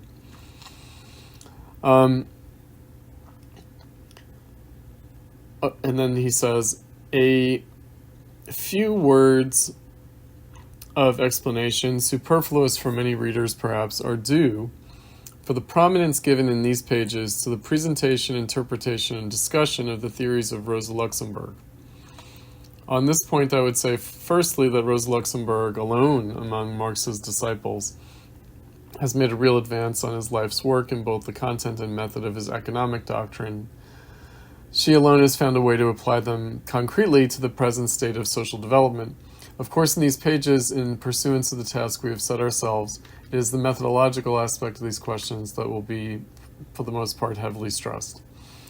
there will be no assessment of the economic content of the theory of accumulation, nor of Marx's economic theories as such. We shall confine our discussion to their methodological premises and implications. It will in any case be obvious to the reader that the present writer upholds the validity of their content.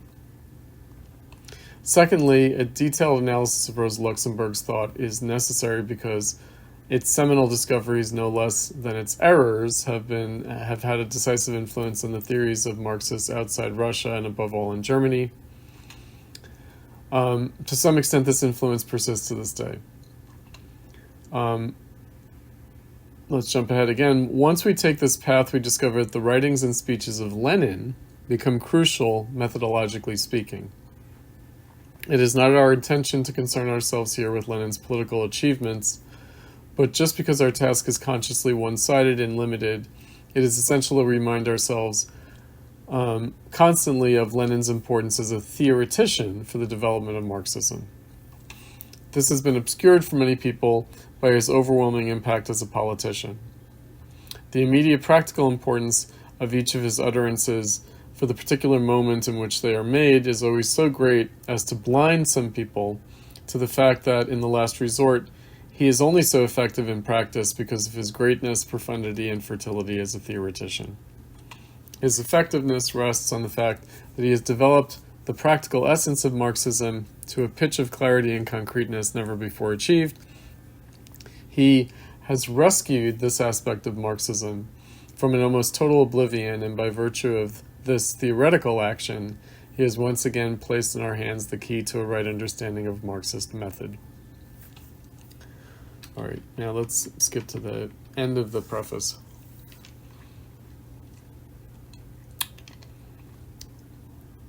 He says, discussions of the kind contained in these pages have the inevitable defect that they fail to fulfill the justifiable demand for a completely systematic theory without offering any compensation in the way of popularity. I am only too aware of this failing.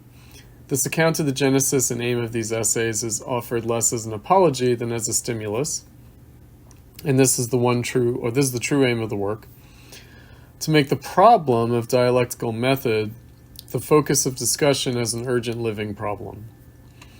If these essays provide the beginning, or even just the occasion, for a genuinely profitable discussion of dialectical method, if they succeed in making dialectics generally known again, they will have fulfilled their function perfectly. While dwelling on such shortcomings, I should perhaps point out to the reader unfamiliar with dialectics one difficulty inherent in the nature of dialectical method relating to the definition of concepts and terminology, and this will bear on what Alex raised in the first half of class. It is of the essence of dialectical method that concepts which are false in their abstract one-sidedness are later transcended, zur Aufhebung. The process of transcendence makes it inevitable that we should operate with these one-sided abstract and false concepts.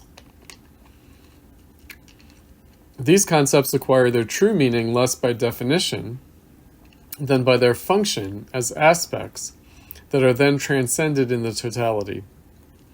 Moreover, it is even more difficult to establish fixed meanings for concepts in Marx's improved version of the dialectic than in the Hegelian original.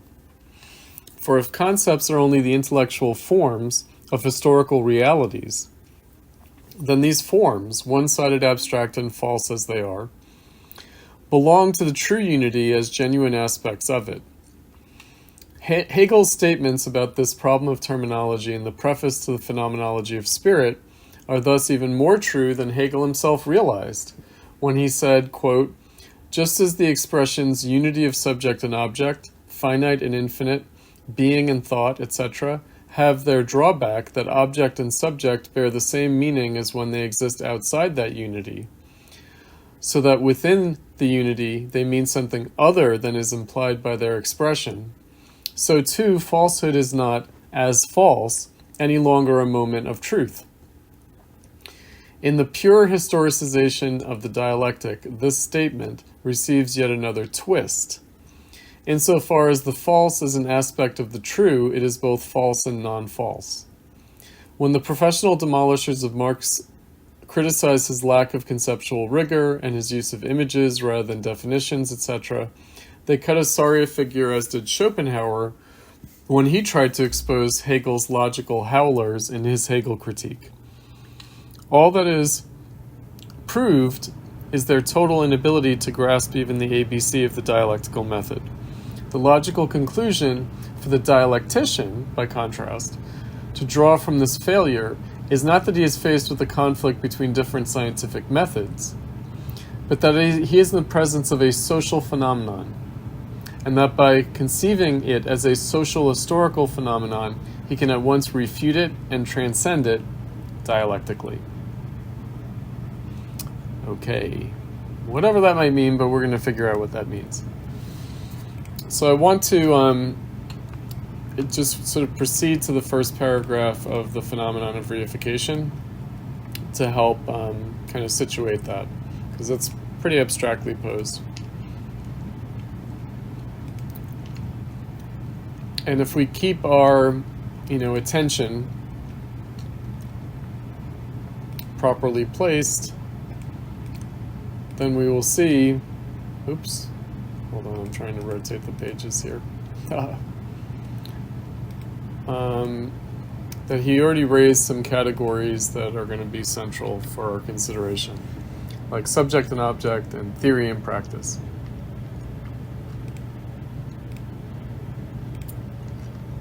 All right, so the beginning of the reification essay, I want to say two things. One is, so it's like the title of the book, History and Class Consciousness. It's not about history, like we're just moving through time, and then class consciousness as something that intervenes in that movement of history. It's not like two different things, history and class consciousness. It's rather, how are they the same thing?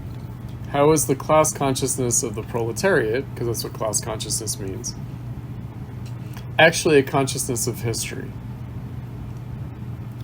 Meaning a consciousness of where the proletariat came from historically and where it's going historically. So if you remember Marx's language from the 1843 letter to Ruge for the ruthless criticism of everything existing, he says, we know whence, but we don't know whither.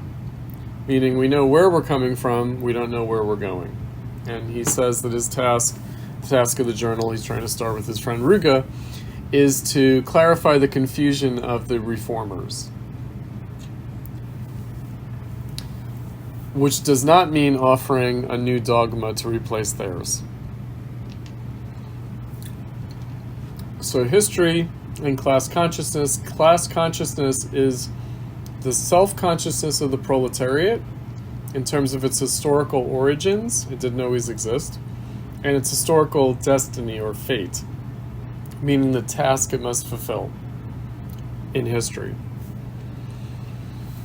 Similarly, reification in the consciousness of the proletariat. So the central essay of the book, Reification in the Consciousness of the Proletariat, it's not that there are two things. We'll see that reification is the central problem that he's trying to address, and then the consciousness of the proletariat, this other thing that's the solution to that problem.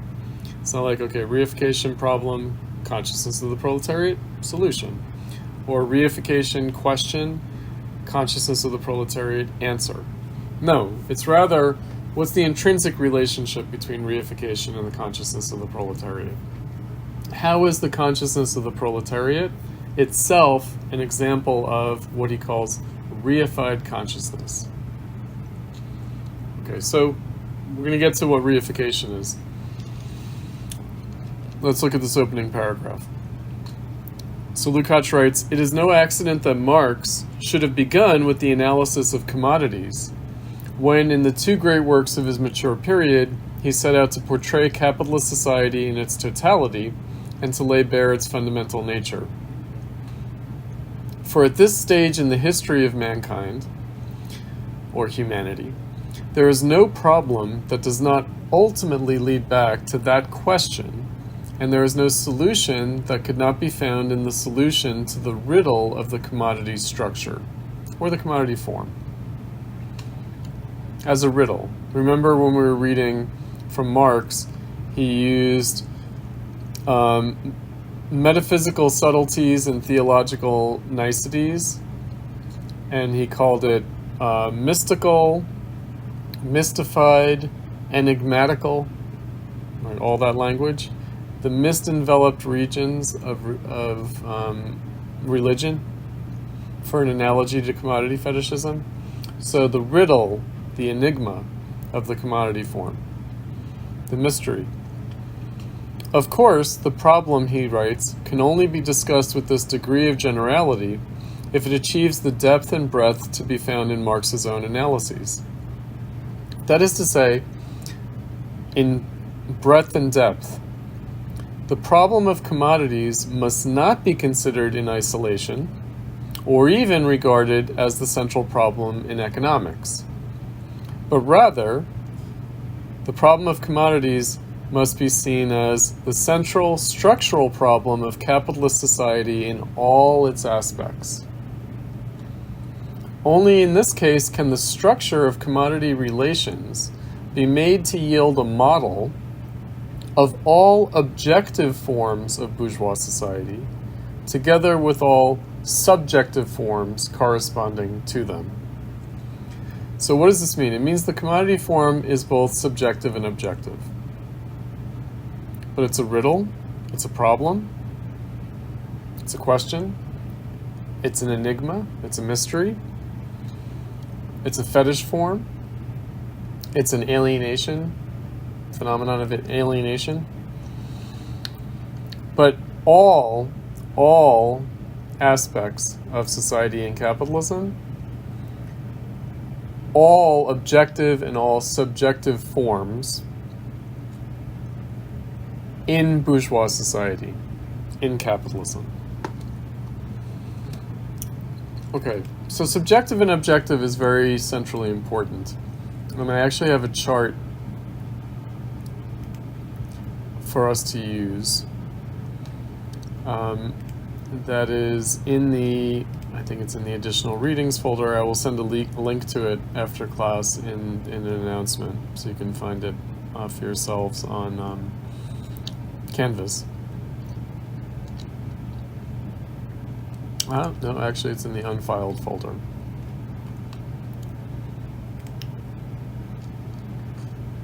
And this is just to explain this concept of reification that is so central to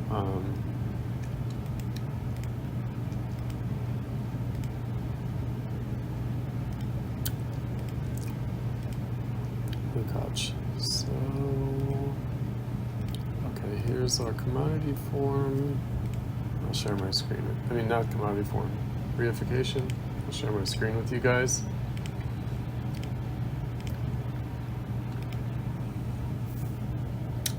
Okay. So first of all, what does reification mean? So this is a funny Latin-derived word. It means thingification.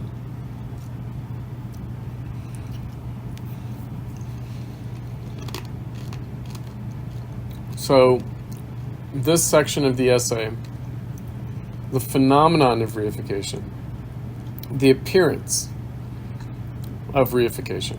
And again, appearance as a necessary form of appearance, meaning that the world appears reified or thingified, that reification or thingification happens, is not an accident or a mistake, it's necessary. It expresses a necessity. So it's not simply a bad thing. It's a symptomatic thing, it's a pathological thing, but it actually contains its own diagnosis and it has a prognostical value. In other words, it actually is self-contradictory and points beyond itself. So what is this thingification? So what he has in mind is, again from philosophy, from Kant and Hegel, the dialectic of subject and object. So the way they understand subject and object, Kant and Hegel, is that it's a reciprocal relation and it's a mutual mediation, meaning the subject relates to the object relates to the subject, but also the subject mediates the object, and the object mediates the subject. So when we were talking about the 1844 economic and philosophic manuscripts, we discussed alienation. And there are the 4 dimensions of alienation that correspond to the 3 dimensions of social relations plus the specificity of labor. So alienation from others, alienation from nature, alienation from ourselves, and alienation from the result of our production in these alienated social relations. But also, we were talking a little bit about the Hegelian language in the economic and philosophic manuscripts of 1844, namely how alienation or estrangement is related to objectification and externalization. So we're going to return to that idea here. So, and just to emphasize again, Lukacs derived this from Das Kapital. He didn't have the economic and philosophic manuscripts to give him this terminology. This terminology is the terminology of commodity fetishism and alienation in Das Kapital. Because that's published in the economic and philosophic manuscripts, and the Grundrisse were not yet published. So in this dialectic of subject and object, what happens is the thing in itself, this is a term from Kant, becomes a theoretical and practical object. So the thing becomes an object. So the way to describe that is objectification. The thing becomes an object. So the thing in itself that we have no relation with is unknowable. We can't know it other than in relation to it. Once we're in relation to the thing, then it rises from being a thing to becoming an object. So that is objectification. So when in the process of objectification, the subject relates to and mediates the object. Now, again, this is not a philosophical, technical term. It's not a moral, pejorative term, like don't objectify me. It's not like that. Objectification. It's through the process of objectification that the thing becomes an object, but also in that process, the subject becomes a subject. So this process of objectification is also a process of subjectification, meaning the thing becomes an object and the subject becomes itself in that process of objectification. So the subject constitutes itself through a process of objectification. Again, a reciprocal relation and a mutual mediation. Other language that he uses that I want to reference, because this is strange words for us reading English, is objectivation and subjectivation.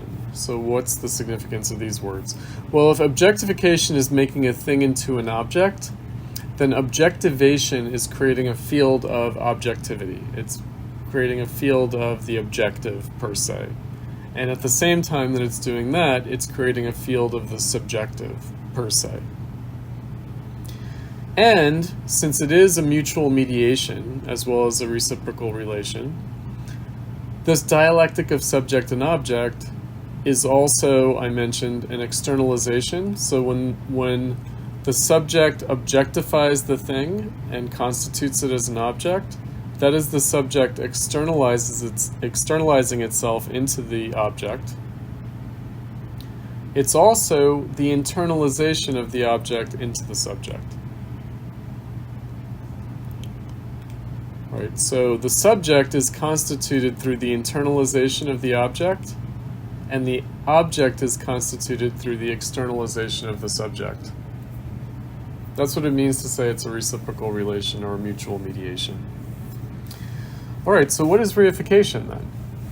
So reification is the undoing of this process. It's the disintegration of this process. It is the reversion of the object into a thing. So rather than the thing becoming an object through its relation to the subject, the object reverts to a thing in which the subject can no longer recognize its relation to the object. And it appears that the thing exists independently of the subject. So that's literally thingification. Now, the way he describes this is a relationship of contemplation, so it's no longer an active, practical relation. Remember what Marx said about commodity fetishism, the eye and light reflecting off an object and hitting the retina and exciting the optic nerve. But there it is a physical relationship between things, whereas in commodity fetishism it's something entirely different.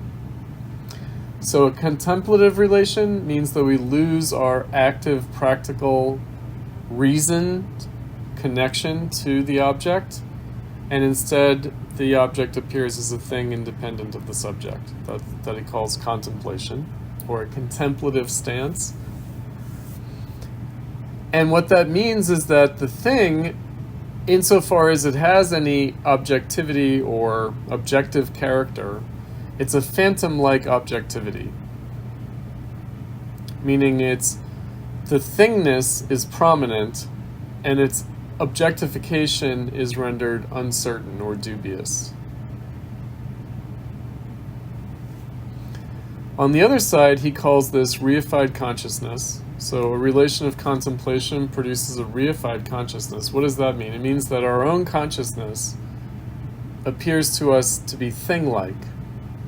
So think about how we were talking about AI and machine learning and this kind of thing. We treat our own reason as if it were a thing. We treat our own reason as if it were a mechanism. Whereas the whole point of Kant and Hegel, if you read their philosophy, is to transcend a mechanical understanding of both the universe and of the human subject, and achieve a more organic conception of both the subject and the universe in which the subject lives. So reified consciousness, our own consciousness, in both theory and practice, our theoretical consciousness and our practical consciousness becomes reified. And that means that our subjectivity itself, not only the object, appears as a thing, but our subjectivity itself appears to be a thing. Okay. So by the way, in our own time, in late 20th and early 21st century history, there has been the emergence of things like object-oriented ontology and thing theory, and also the idea that everything is a subject and everything has consciousness. Right? All things have subjectivity, all things have consciousness. Thing theory and object-oriented ontology. Kant had already critiqued this as what he called hylozoism, treating the universe as if it were alive. He critiqued Spinoza for this, Kant, and said it's kind of incoherent because what you're doing is you're sort of dissolving our own agency into the universe itself, and that's losing sight of how we are free agents in a way that nature is not. All right, the reason nature is not a subject is because nature is not free. The reason that we're subjects is that we're free. So again, if we experience our subjectivity as unfree, what we experience it as is mechanical, determined, as just cogs in a machine. To use Kant's language from the What is Enlightenment essay, our private reason, we reduce our reason to our private reason, we lose our public reason, and we reason merely as cogs in a machine, meaning our consciousness is a mere mechanical function within a larger mechanism, namely that of society, and its determined interests. Whereas public reason expresses the freedom to change it, the freedom to change the social machine and to change our functions in that social machine. To adapt, perfectibility, Rousseau, freedom. An organic, which means living, changing, rather than dead, mechanical. Subjectivity. I would just say that from Lukacs' standpoint, we're way down the reification highway, right? So if he was dealing with reified consciousness in capitalism in his era, we are much further along the path of reification, meaning in treating our own subjectivity as thing-like, dead, mechanical, and treating the world that way, rather than as an organic, transformable, adapting, perfectible, moving, living, historical phenomenon of transformation.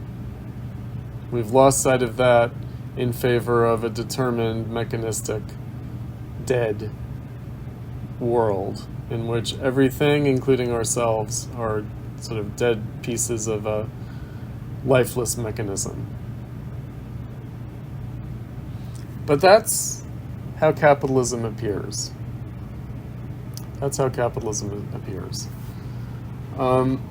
So because that's how capitalism appears, we have to work through this form of appearance. We have to work through the form of reification, the phenomenon of reification, the form of appearance of reification. And that's really the point of his essay. Now, I will also say something briefly about his kind of the images that he begins and ends. So the image with which he begins the reification essay and the image with which he ends this first part on the phenomenon of reification. And that is the reflexive image. So he's got a quotation from Marx. To be radical is to go to the root of the matter. For man, however, the root is man himself. Meaning that there is no root of the matter other than man himself. So it's a kind of, you're not moving from the epiphenomenal to the essential. You're not moving from the appearance to the essence. You're always dealing with appearances, and you don't get to the bottom of that. You only get to the reflection of it, this reflexive critique. He ends the piece with what is known in philosophy as turtles all the way down. So he says that, like the wise Indian who asks the philosopher, okay, if the world rests on a tortoise, what does the tortoise rest on? Well, it rests on a whale. Well, then what does the whale rest on? Well, the whale rests on a dragon, etc., etc. And then you'll never get to the bottom of it. It's called turtles all the way down. Right? So we don't get to the bottom of things. Rather, we work through the phenomenal appearance of things. Right? We don't get to an underlying essence. We don't pierce through the surface appearance to get to the underlying essence. Now, he's going to use some language like that. Nonetheless, we have to pay attention to how he bookends this part of the essay on the phenomenon of reification, and how he does that by warning us that actually it's not about getting to the bottom of things. It's not about piercing through appearances to the underlying essences. So if he uses that language, he does so self-consciously. He does so in a way where he's aware of the limitation of that way of thinking, that conception of things. So the commodity structure, what he mentions there in the opening paragraph, is that it's not an economic thing, but it's all the subjective and objective aspects of capitalist society. Right. So what that means is that it's not the economy that's determining other things. It's not. Now, I want to remind us of the other passage from the 1843 letter to Ruga, where he says, we could begin anywhere. We could begin with religion. We could begin with philosophy. We could begin with science. We could begin with the political system. He says we could address the issue of direct democracy versus representative democracy. We could begin with the economy. We could begin anywhere. It doesn't matter where we begin. It doesn't matter what domain of appearance we begin with. The task is the same, and this is Lukacs' point. The method is the same, namely the dialectical method, meaning in any domain of appearance, in any phenomenal realm, the task is to bring out the self-contradictory character of the phenomenon in order to see how it points beyond itself, how it's tasked with being transformed, with being changed. That's really the issue. Okay, so he begins the phenomenon of reification with the essence of commodity structure has often been pointed out. Its basis is that a relation between people takes on the character, or the appearance, of a thing, and thus acquires a phantom objectivity, an autonomy that seems so strictly rational and all-embracing as to conceal every trace of its fundamental nature, the relation between people. Okay. Now, he says it's beyond the scope of this essay to discuss the central importance of this problem for economics itself, nor shall we consider its implications for the economic doctrines of the vulgar Marxists, which follow from their abandonment of this starting point. He says our intention here is to base ourselves on Marx's economic analyses and to proceed from there to a discussion of problems growing out of the fetish character of commodities, both as an objective form and also as a subjective stance corresponding to it. Only by understanding this can we obtain a clear insight into the ideological problems of capitalism and its downfall. All right, before tackling the problem itself, we must be quite clear in our minds that commodity fetishism is a specific problem of our age, the age of modern capitalism. Commodity exchange and the corresponding subjective and objective commodity relations existed, as we know, when society was still very primitive. What is at issue here, however, is the question, how far is commodity exchange, together with its structural consequences, able to influence the total outer and inner life of society? Thus, to the extent to which such exchange is the dominant form of metabolic change in a society, cannot simply be treated in quantitative terms, as would harmonize with the modern modes of thought already eroded by the reifying effects of the dominant commodity form. The distinction between a society where this form is dominant, permeating every expression of life, and a society where it is only makes an episodic appearance is essentially one of quality. For depending on which is the case, all the subjective and objective phenomena in the societies concerned are objectified in qualitatively different ways. Okay, so let's unpack that a little bit. I mean, really what he's going to get to is, so modern capitalism, that means capitalism of his time. The difference between that and simple commodity production, he emphasizes that. But he's also saying we're not just dealing with the realm of economics. We're not. Rather, he's going to be taking us into other domains that appear to be very far from the problem of commodity fetishism and therefore far from the problem of reification, if reification is understood as only an economic problem. That's why he uses counterintuitive examples. So if we think of alienation, alienated labor,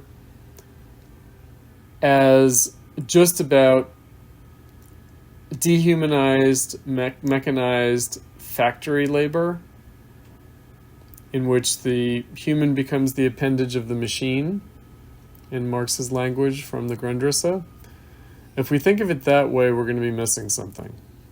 Because then we might think, okay, other activities besides that activity are somehow not reified.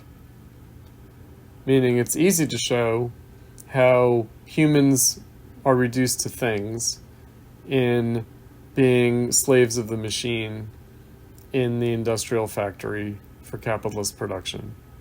How humans are subordinated into the mechanism of profit production. Surplus value, extraction, and accumulation. Capitalism, that way. That seems fairly straightforward.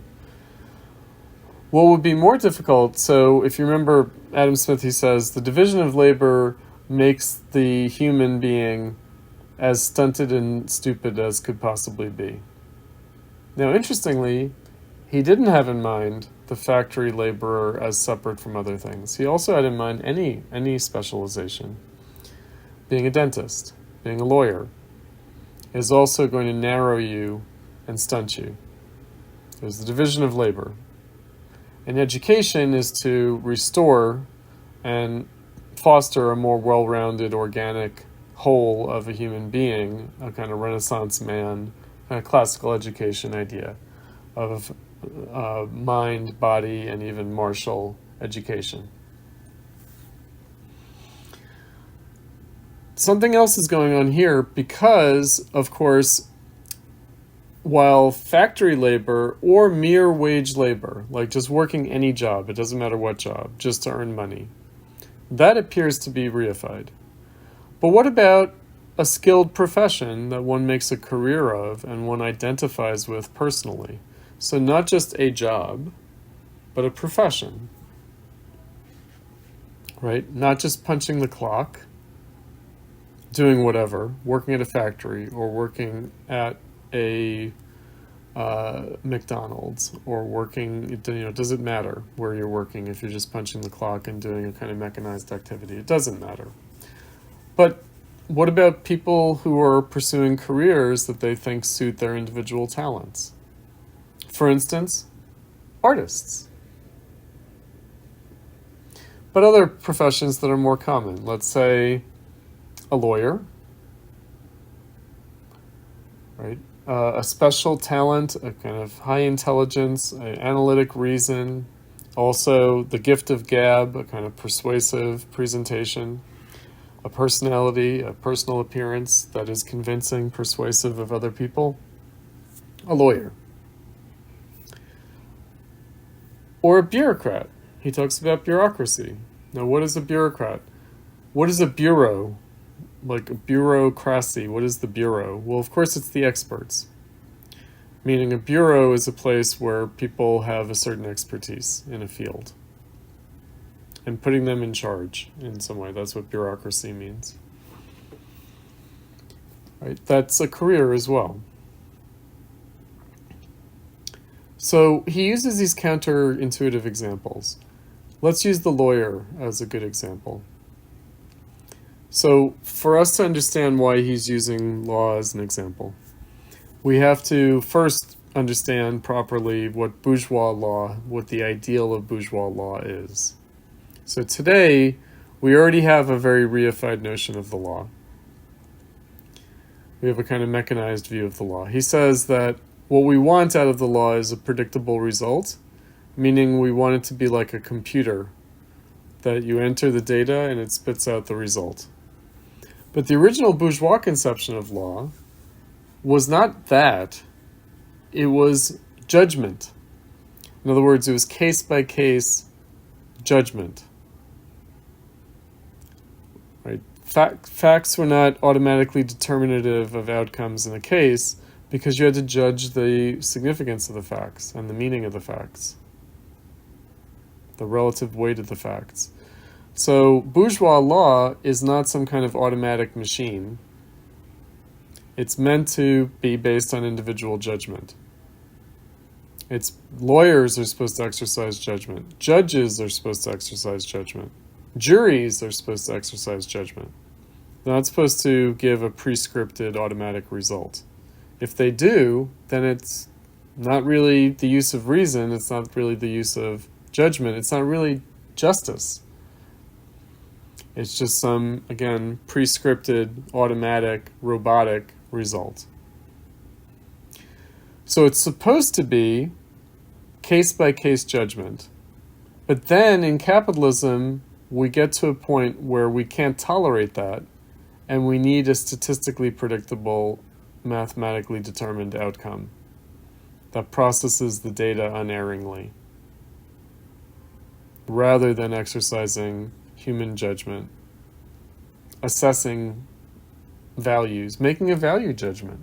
Bourgeois law was supposed to be about our freedom to exercise value judgments, which were understood to be unpredictable, fallible, also changeable, meaning that the law changes. Benjamin Constant says the constant revolutionizing of custom and habit means that we're constantly rewriting the laws.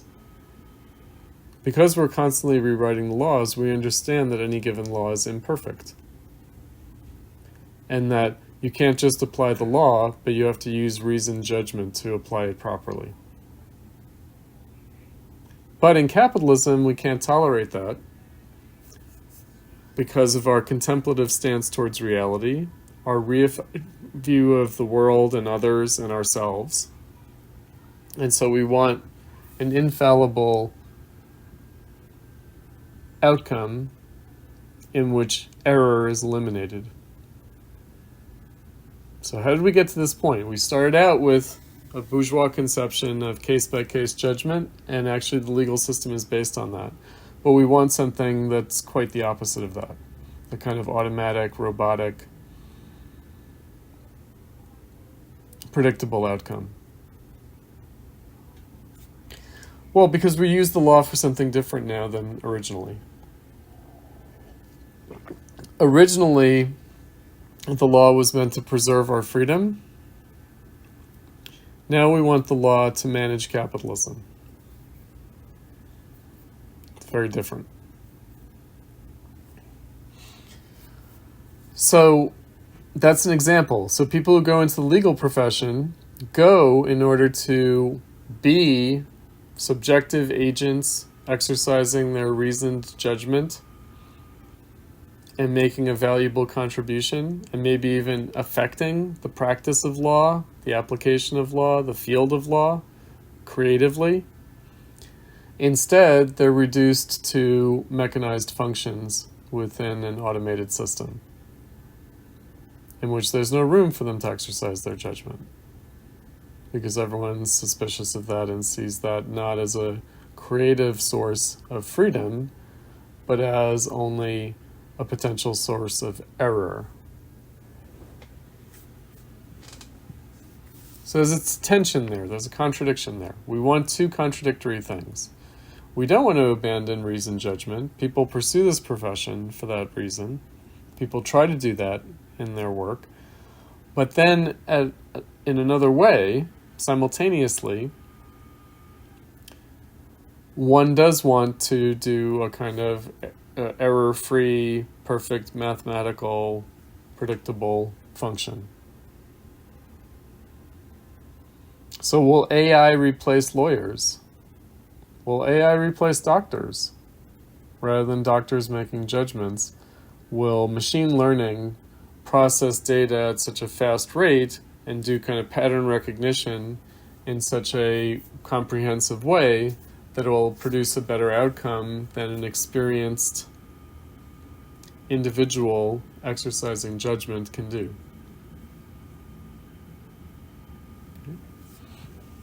We want two contradictory things. We do want a case-by-case judgment that is sensitive to the particular, but we also want a universally applicable, error-free process.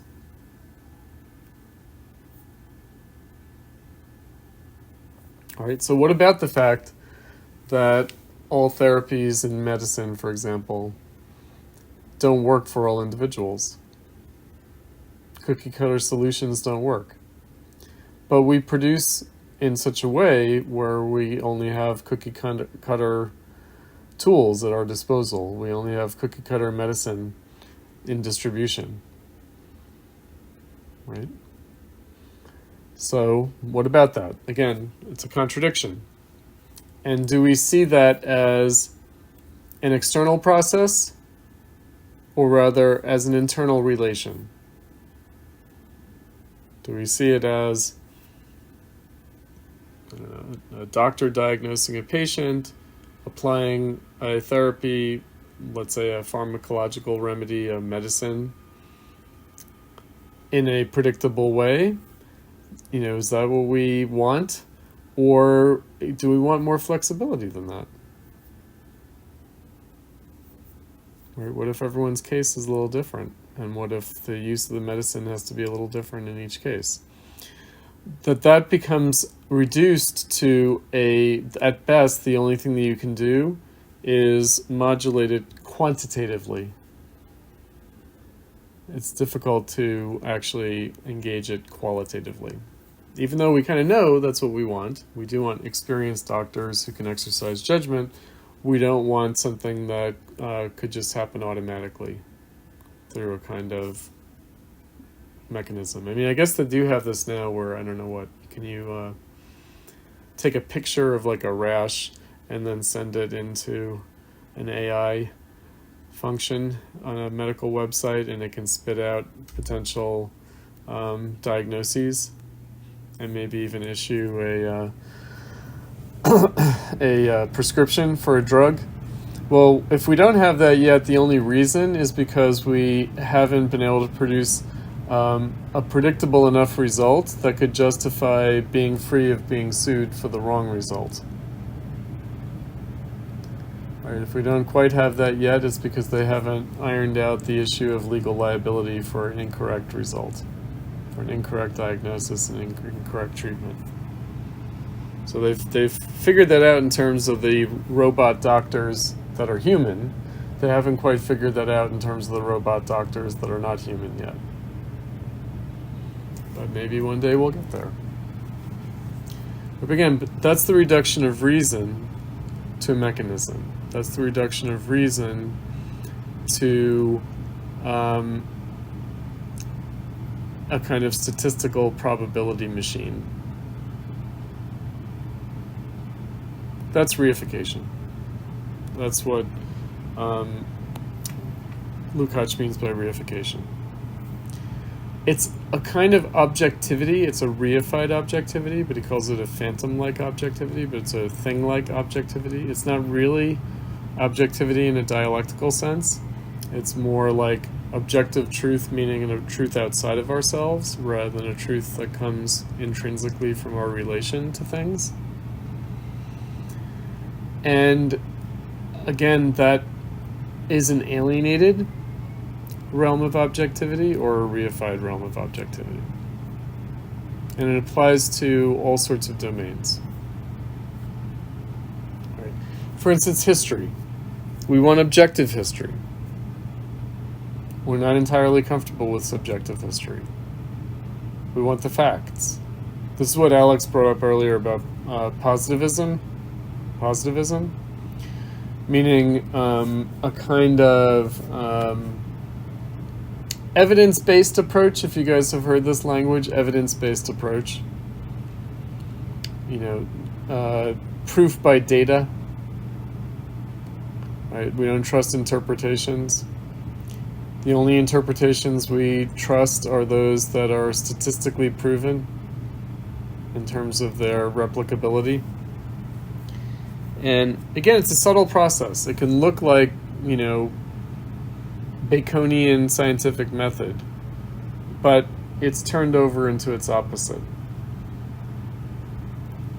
Right? Because again, it turns the scientist into a function of mechanical repetition rather than reasoned reconstruction, which is what the original idea of scientific repeatability was. Right, that the scientist or team of scientists could reproduce through their own reasoned judgment a similar result. It wasn't about reducing themselves to a machine. It wasn't about literally repeating anyone's experiment or research, because it was understood that that's impossible. It's impossible to literally repeat something. And it's because we don't trust our judgment of similar cases. We want a more literal, factual reiteration. All right, so again, science So I actually studied science before I went into literature and art. And I also had studied political science, but I studied science, physical science. I studied molecular biology and also astrophysics. And then I realized, especially with molecular biology, which was a kind of a hot thing in the 80s, that my life would just be, the way that I put it was the endless micropipetting of samples. If you guys know what a micropipette is, it's this little like thing that you suction a tiny bit of. It's like for processing like DNA and things like that. So in other words, I realized that my whole life would just be this kind of factory kind of labor, but in a rarefied space in which I needed a hell of a lot of education to be able to do that factory labor. But that basically that's what my life would be. It wouldn't be a kind of more romantic, kind of Renaissance humanistic notion of scientific inquiry. All right, it would be a glorified assembly line worker.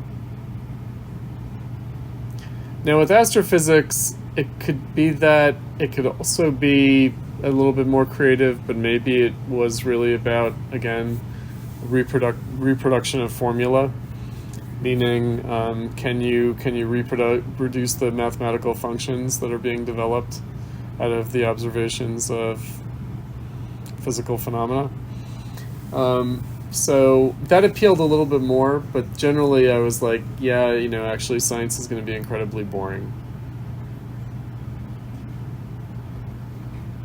Right.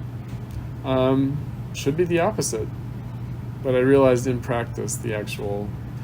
Now, as it turns out, the humanities are also incredibly robotic and boring as well, but that's a different matter. So again, reification in the domains where one would not expect to find alienated labor the way one finds it in the factory floor, the assembly line, repetitive action. Right? So that's why he uses, again, what would be counterintuitive examples. He uses bourgeois professions to show that they too bear the character of reification. Right? It's not just the worker reduced to a machine, the proletarianized industrial factory worker who is mechanized. It's also the bourgeois professional. Alex? Yeah. I have a question about unsocial sociability. Uh-huh. And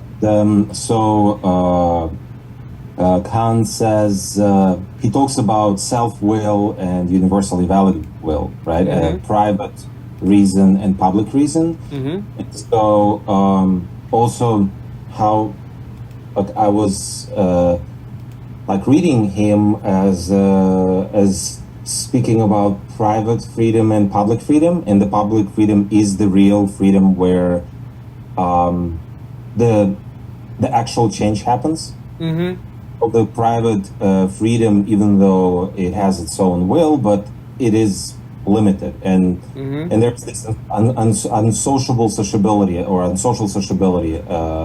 This tension. Does it like what Lukacs says? Would it mean, or also Marx, would it mean that private freedom and public freedom are divided, Separate, and that yes. we have more of a leisure freedom, but we don't have a productive freedom, which is a social freedom, productive freedom. We have only leisure freedom. That's right. So, okay, so again, with Kant, the distinction between private reason and public reason is important, but their interplay is also important. Meaning that where's the possibility of our public reason come from? So if our private reason is reasoning like a cog in a machine, where everything is determined by self-interest in whatever role that we're playing within that mechanism. So how does that make public reason possible? Well, it's because the machine can change. Because society is changeable, that means all of its particular functions are changeable, and they're changeable out of their particular functions, like within their particular functions, not from someplace else. So public and private reason are not extrinsic to each other. They're not like two separate things. It's rather, public reason is what transcends private reason. But it transcends it, meaning it actually does develop out of it. So the fact that we are constrained 99% of the time in our activity to exercise our reason privately doesn't prevent the possibility of 1% expression of public reason. So, but again, what makes that possible is the fact that the domain of private reason is itself changeable, and changeable through that private reason. So it's the behind the backs of the actors idea, right? So we're all pursuing our self-interest, unsocial sociability. We're all pursuing our self-interest in society, but the result of all of our individual actions is more than the sum of its parts. The Rousseauian general will. Meaning, in our interactions, as cogs in a machine, the result of our interaction goes beyond, it produces more than just the meshing of gears in a mechanism. I mean, again, this is why actually what Kant wants and what Hegel wants is a more organic view, where the idea is that activity is transformative. So the interaction of parts actually transforms the parts as well as the relation between the parts. Right? Perfectibility, adaptability, change. Right? But that change, so another way of thinking about it is the particular and the universal are not separated, but they're integral, meaning the particular expresses the potential of the universal,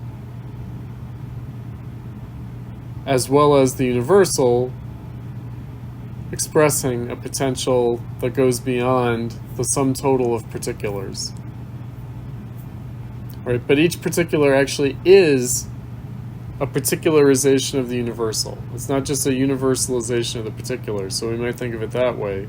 But no, each particular is a particularization of the universal. If you remember Adam Smith, he said, in fact, the differences between people are very minimal. It's mostly due to education, meaning all humans are the same, and they're only differentiated from each other in the division of labor.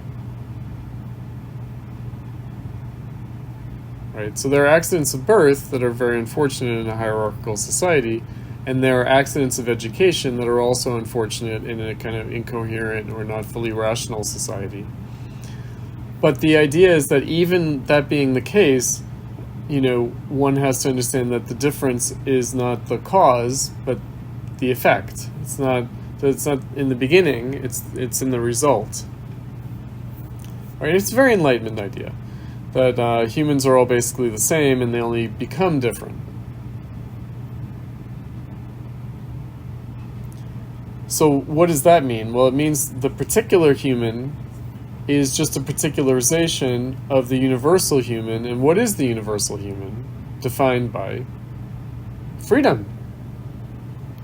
Meaning the particular person is a particularization of freedom, meaning a concrete manifestation of freedom.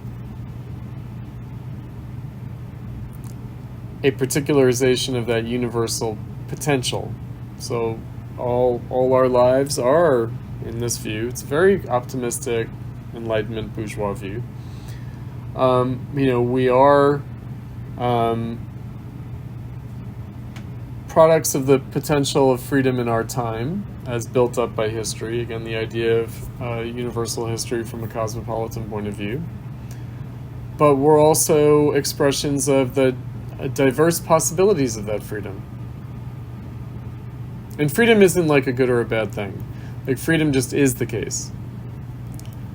Right? So our lives, our particular lives, are the product of all of our free choices, all of our free self-determined actions. Right? That's the idea. So again, it's not just a generalization of the particular or universalization of the particular, it's also a particularization of the universal. And in many respects, it actually is more essentially that, the latter part. Alex. I just wanted to add something that what I was thinking about the particulars and the universals. It's very interesting to look at scholastic metaphysics and how they were like arguing about the particulars and the universals, how they tried to understand that, and how they could not understand it, how they could not process it, because how different their society was, the late Middle Ages, high Middle Ages, and how in bourgeois time it is completely different. What was incomprehensible to them, if you read their arguments and how they try to, even though it's metaphysics for them, but still how they try to understand those categories and how they are completely reconciled in bourgeois society, through society itself. And then the philosophers are the ones who understand it. And it's just very interesting. What is incomprehensible for scholastic philosophers becomes a pretty obvious thing for people of the century. I mean, so what I want to say about that is, yes, like to the bourgeois thinkers, it is clear that a development of reason has taken place. Like, look back retrospectively. They do think that, like, philosophical progress, scientific progress, practical progress, economic progress, they think these achievements of consciousness have taken place. In other words, you can see the movement of freedom, the free movement of reason in history, to use Hegel's language. Again, not without its sufferings, right? The slaughter bench or the charnel house of history that Hegel talked about. But nonetheless, one can still see progress in consciousness of freedom. Or we could say free progress in consciousness. Kind of autonomous reason realizing itself. In capitalism, we're not so sure about that anymore, are we? We're far more pessimistic about that, and that's far less obvious. And that's where Lukacs comes in. It's in a way that's going to be important for us next week with Adorno.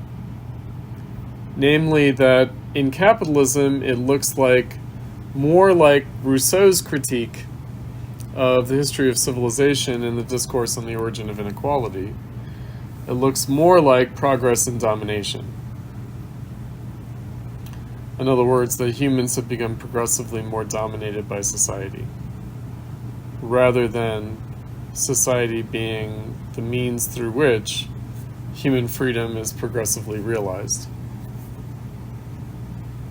It looks rather that the original freedom that humans had is progressively shut down by the development of society in capitalism.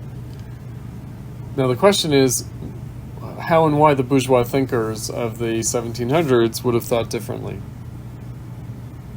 right? And if, you can, again, it's not like two different things. Capitalism is both. Capitalism does look like a continuation of progress in consciousness of freedom, but it also looks like, and it projects back from itself, progress in domination.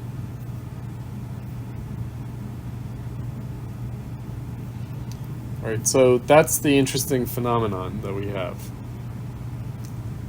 is that it can appear to be both. Right, now, again, what Rousseau does is he says we give up natural liberty in favor of social freedom. And in a way, we're constantly doing that, meaning the state of nature is perennial. We're constantly transcending the past and the present. The past is always becoming nature, and we're always transcending it in the present. We're always exchanging natural liberty for social freedom. All right, that's an ongoing process. It's not a once-and-for-all thing. It didn't just happen with the human revolution in the Paleolithic era, when humans invented culture and religion and art and an artificial community, the zoon politikon. in its most basic form in the tribe. But it's ongoing. At least that's what the bourgeois thinkers thought. Again, today we are not given to see it that way. We are given to see ourselves as dominated by our own creation, rather than externalized and realized in our own creation. That society is a machine that kind of controls us, rather than something that elaborates our freedom and develops it.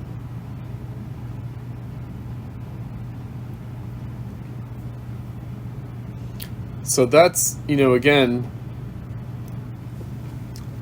society has become thing-like, our social relations have become thing-like, our consciousness has become thing-like. And that's observable in all domains. Now, to say that it's based on the commodity structure, it depends on what we mean by the commodity structure. So it's not it's not the commodity in the ordinary sense of a consumer good, an article of consumption that is simply exchanged on the market for money. No, the commodity structure. And that's why it is the relation of use value and exchange value, of qualitative and quantitative, of concrete and abstract, of particular and general or universal. It's also a dialectical interplay of other things, like means and ends and form and content. And it's also the way that the relation between the individual and the collective in society is mediated.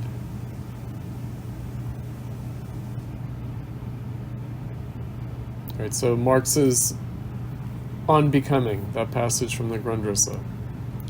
Right, the absolute movement of becoming that is realized in universal exchange.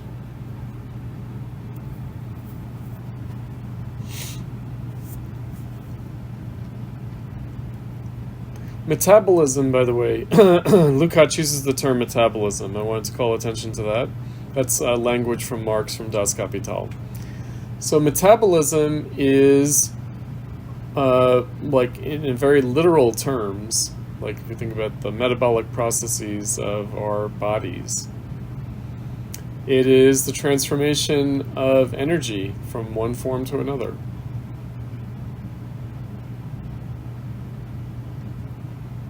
Right, so that's what the social process of production is. It is a metabolism. It's an organic process that takes up and translates into a different form energy. It's the way that we develop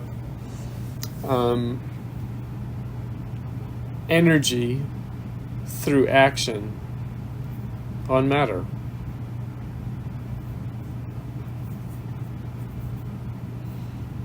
It's a social process in which we sustain our life force, our living energy, through our relation, our interaction with nature.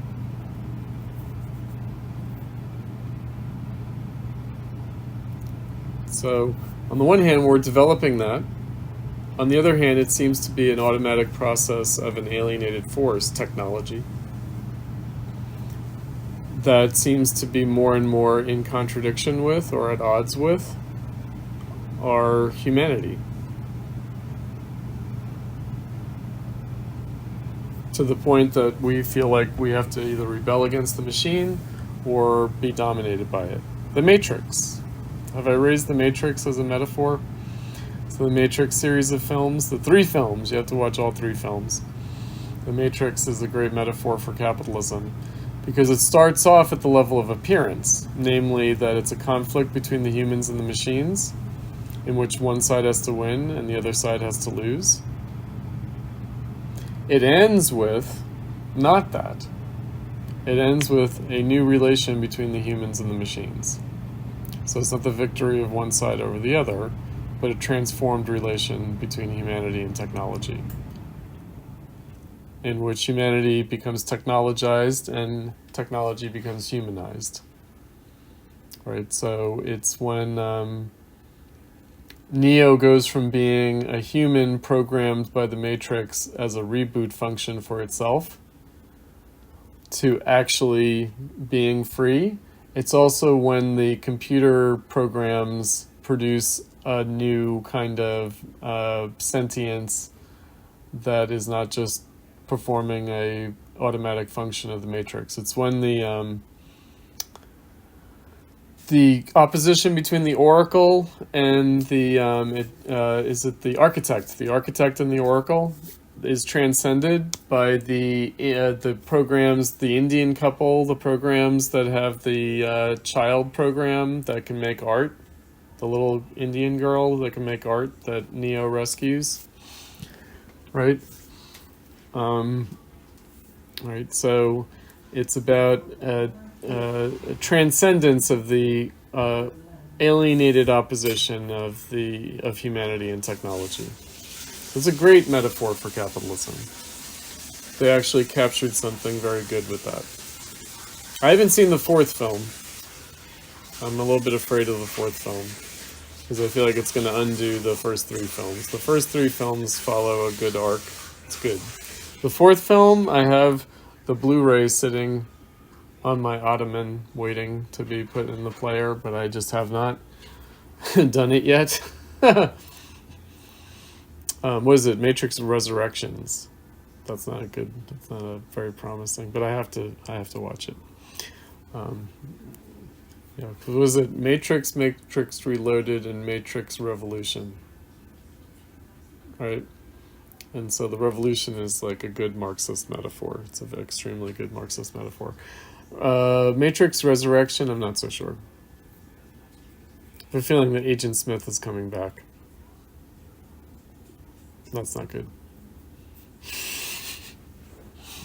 Capitalist alienation has not been overcome, I guess. That's why there's a fourth movie. Yeah. All right, how are we doing? Have I gone completely off the deep end? Wait, I've gone completely off the deep end. Children, it's way past 9:15. All right, we meet tomorrow at 6. And Yuchin, you wrote me an email I saw. Sorry for the confusion. Class starts at 6:45 and goes till 9:15.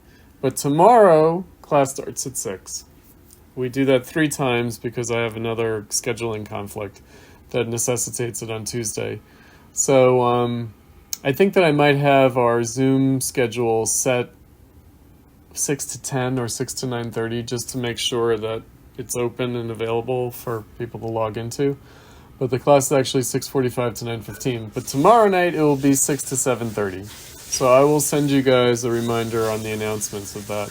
That will be the last time that we have to do that. Tomorrow night, Tuesday night. All right, have a good night. I'm very sorry that I kept you guys so long. Thank you. Thank you. Bye, guys.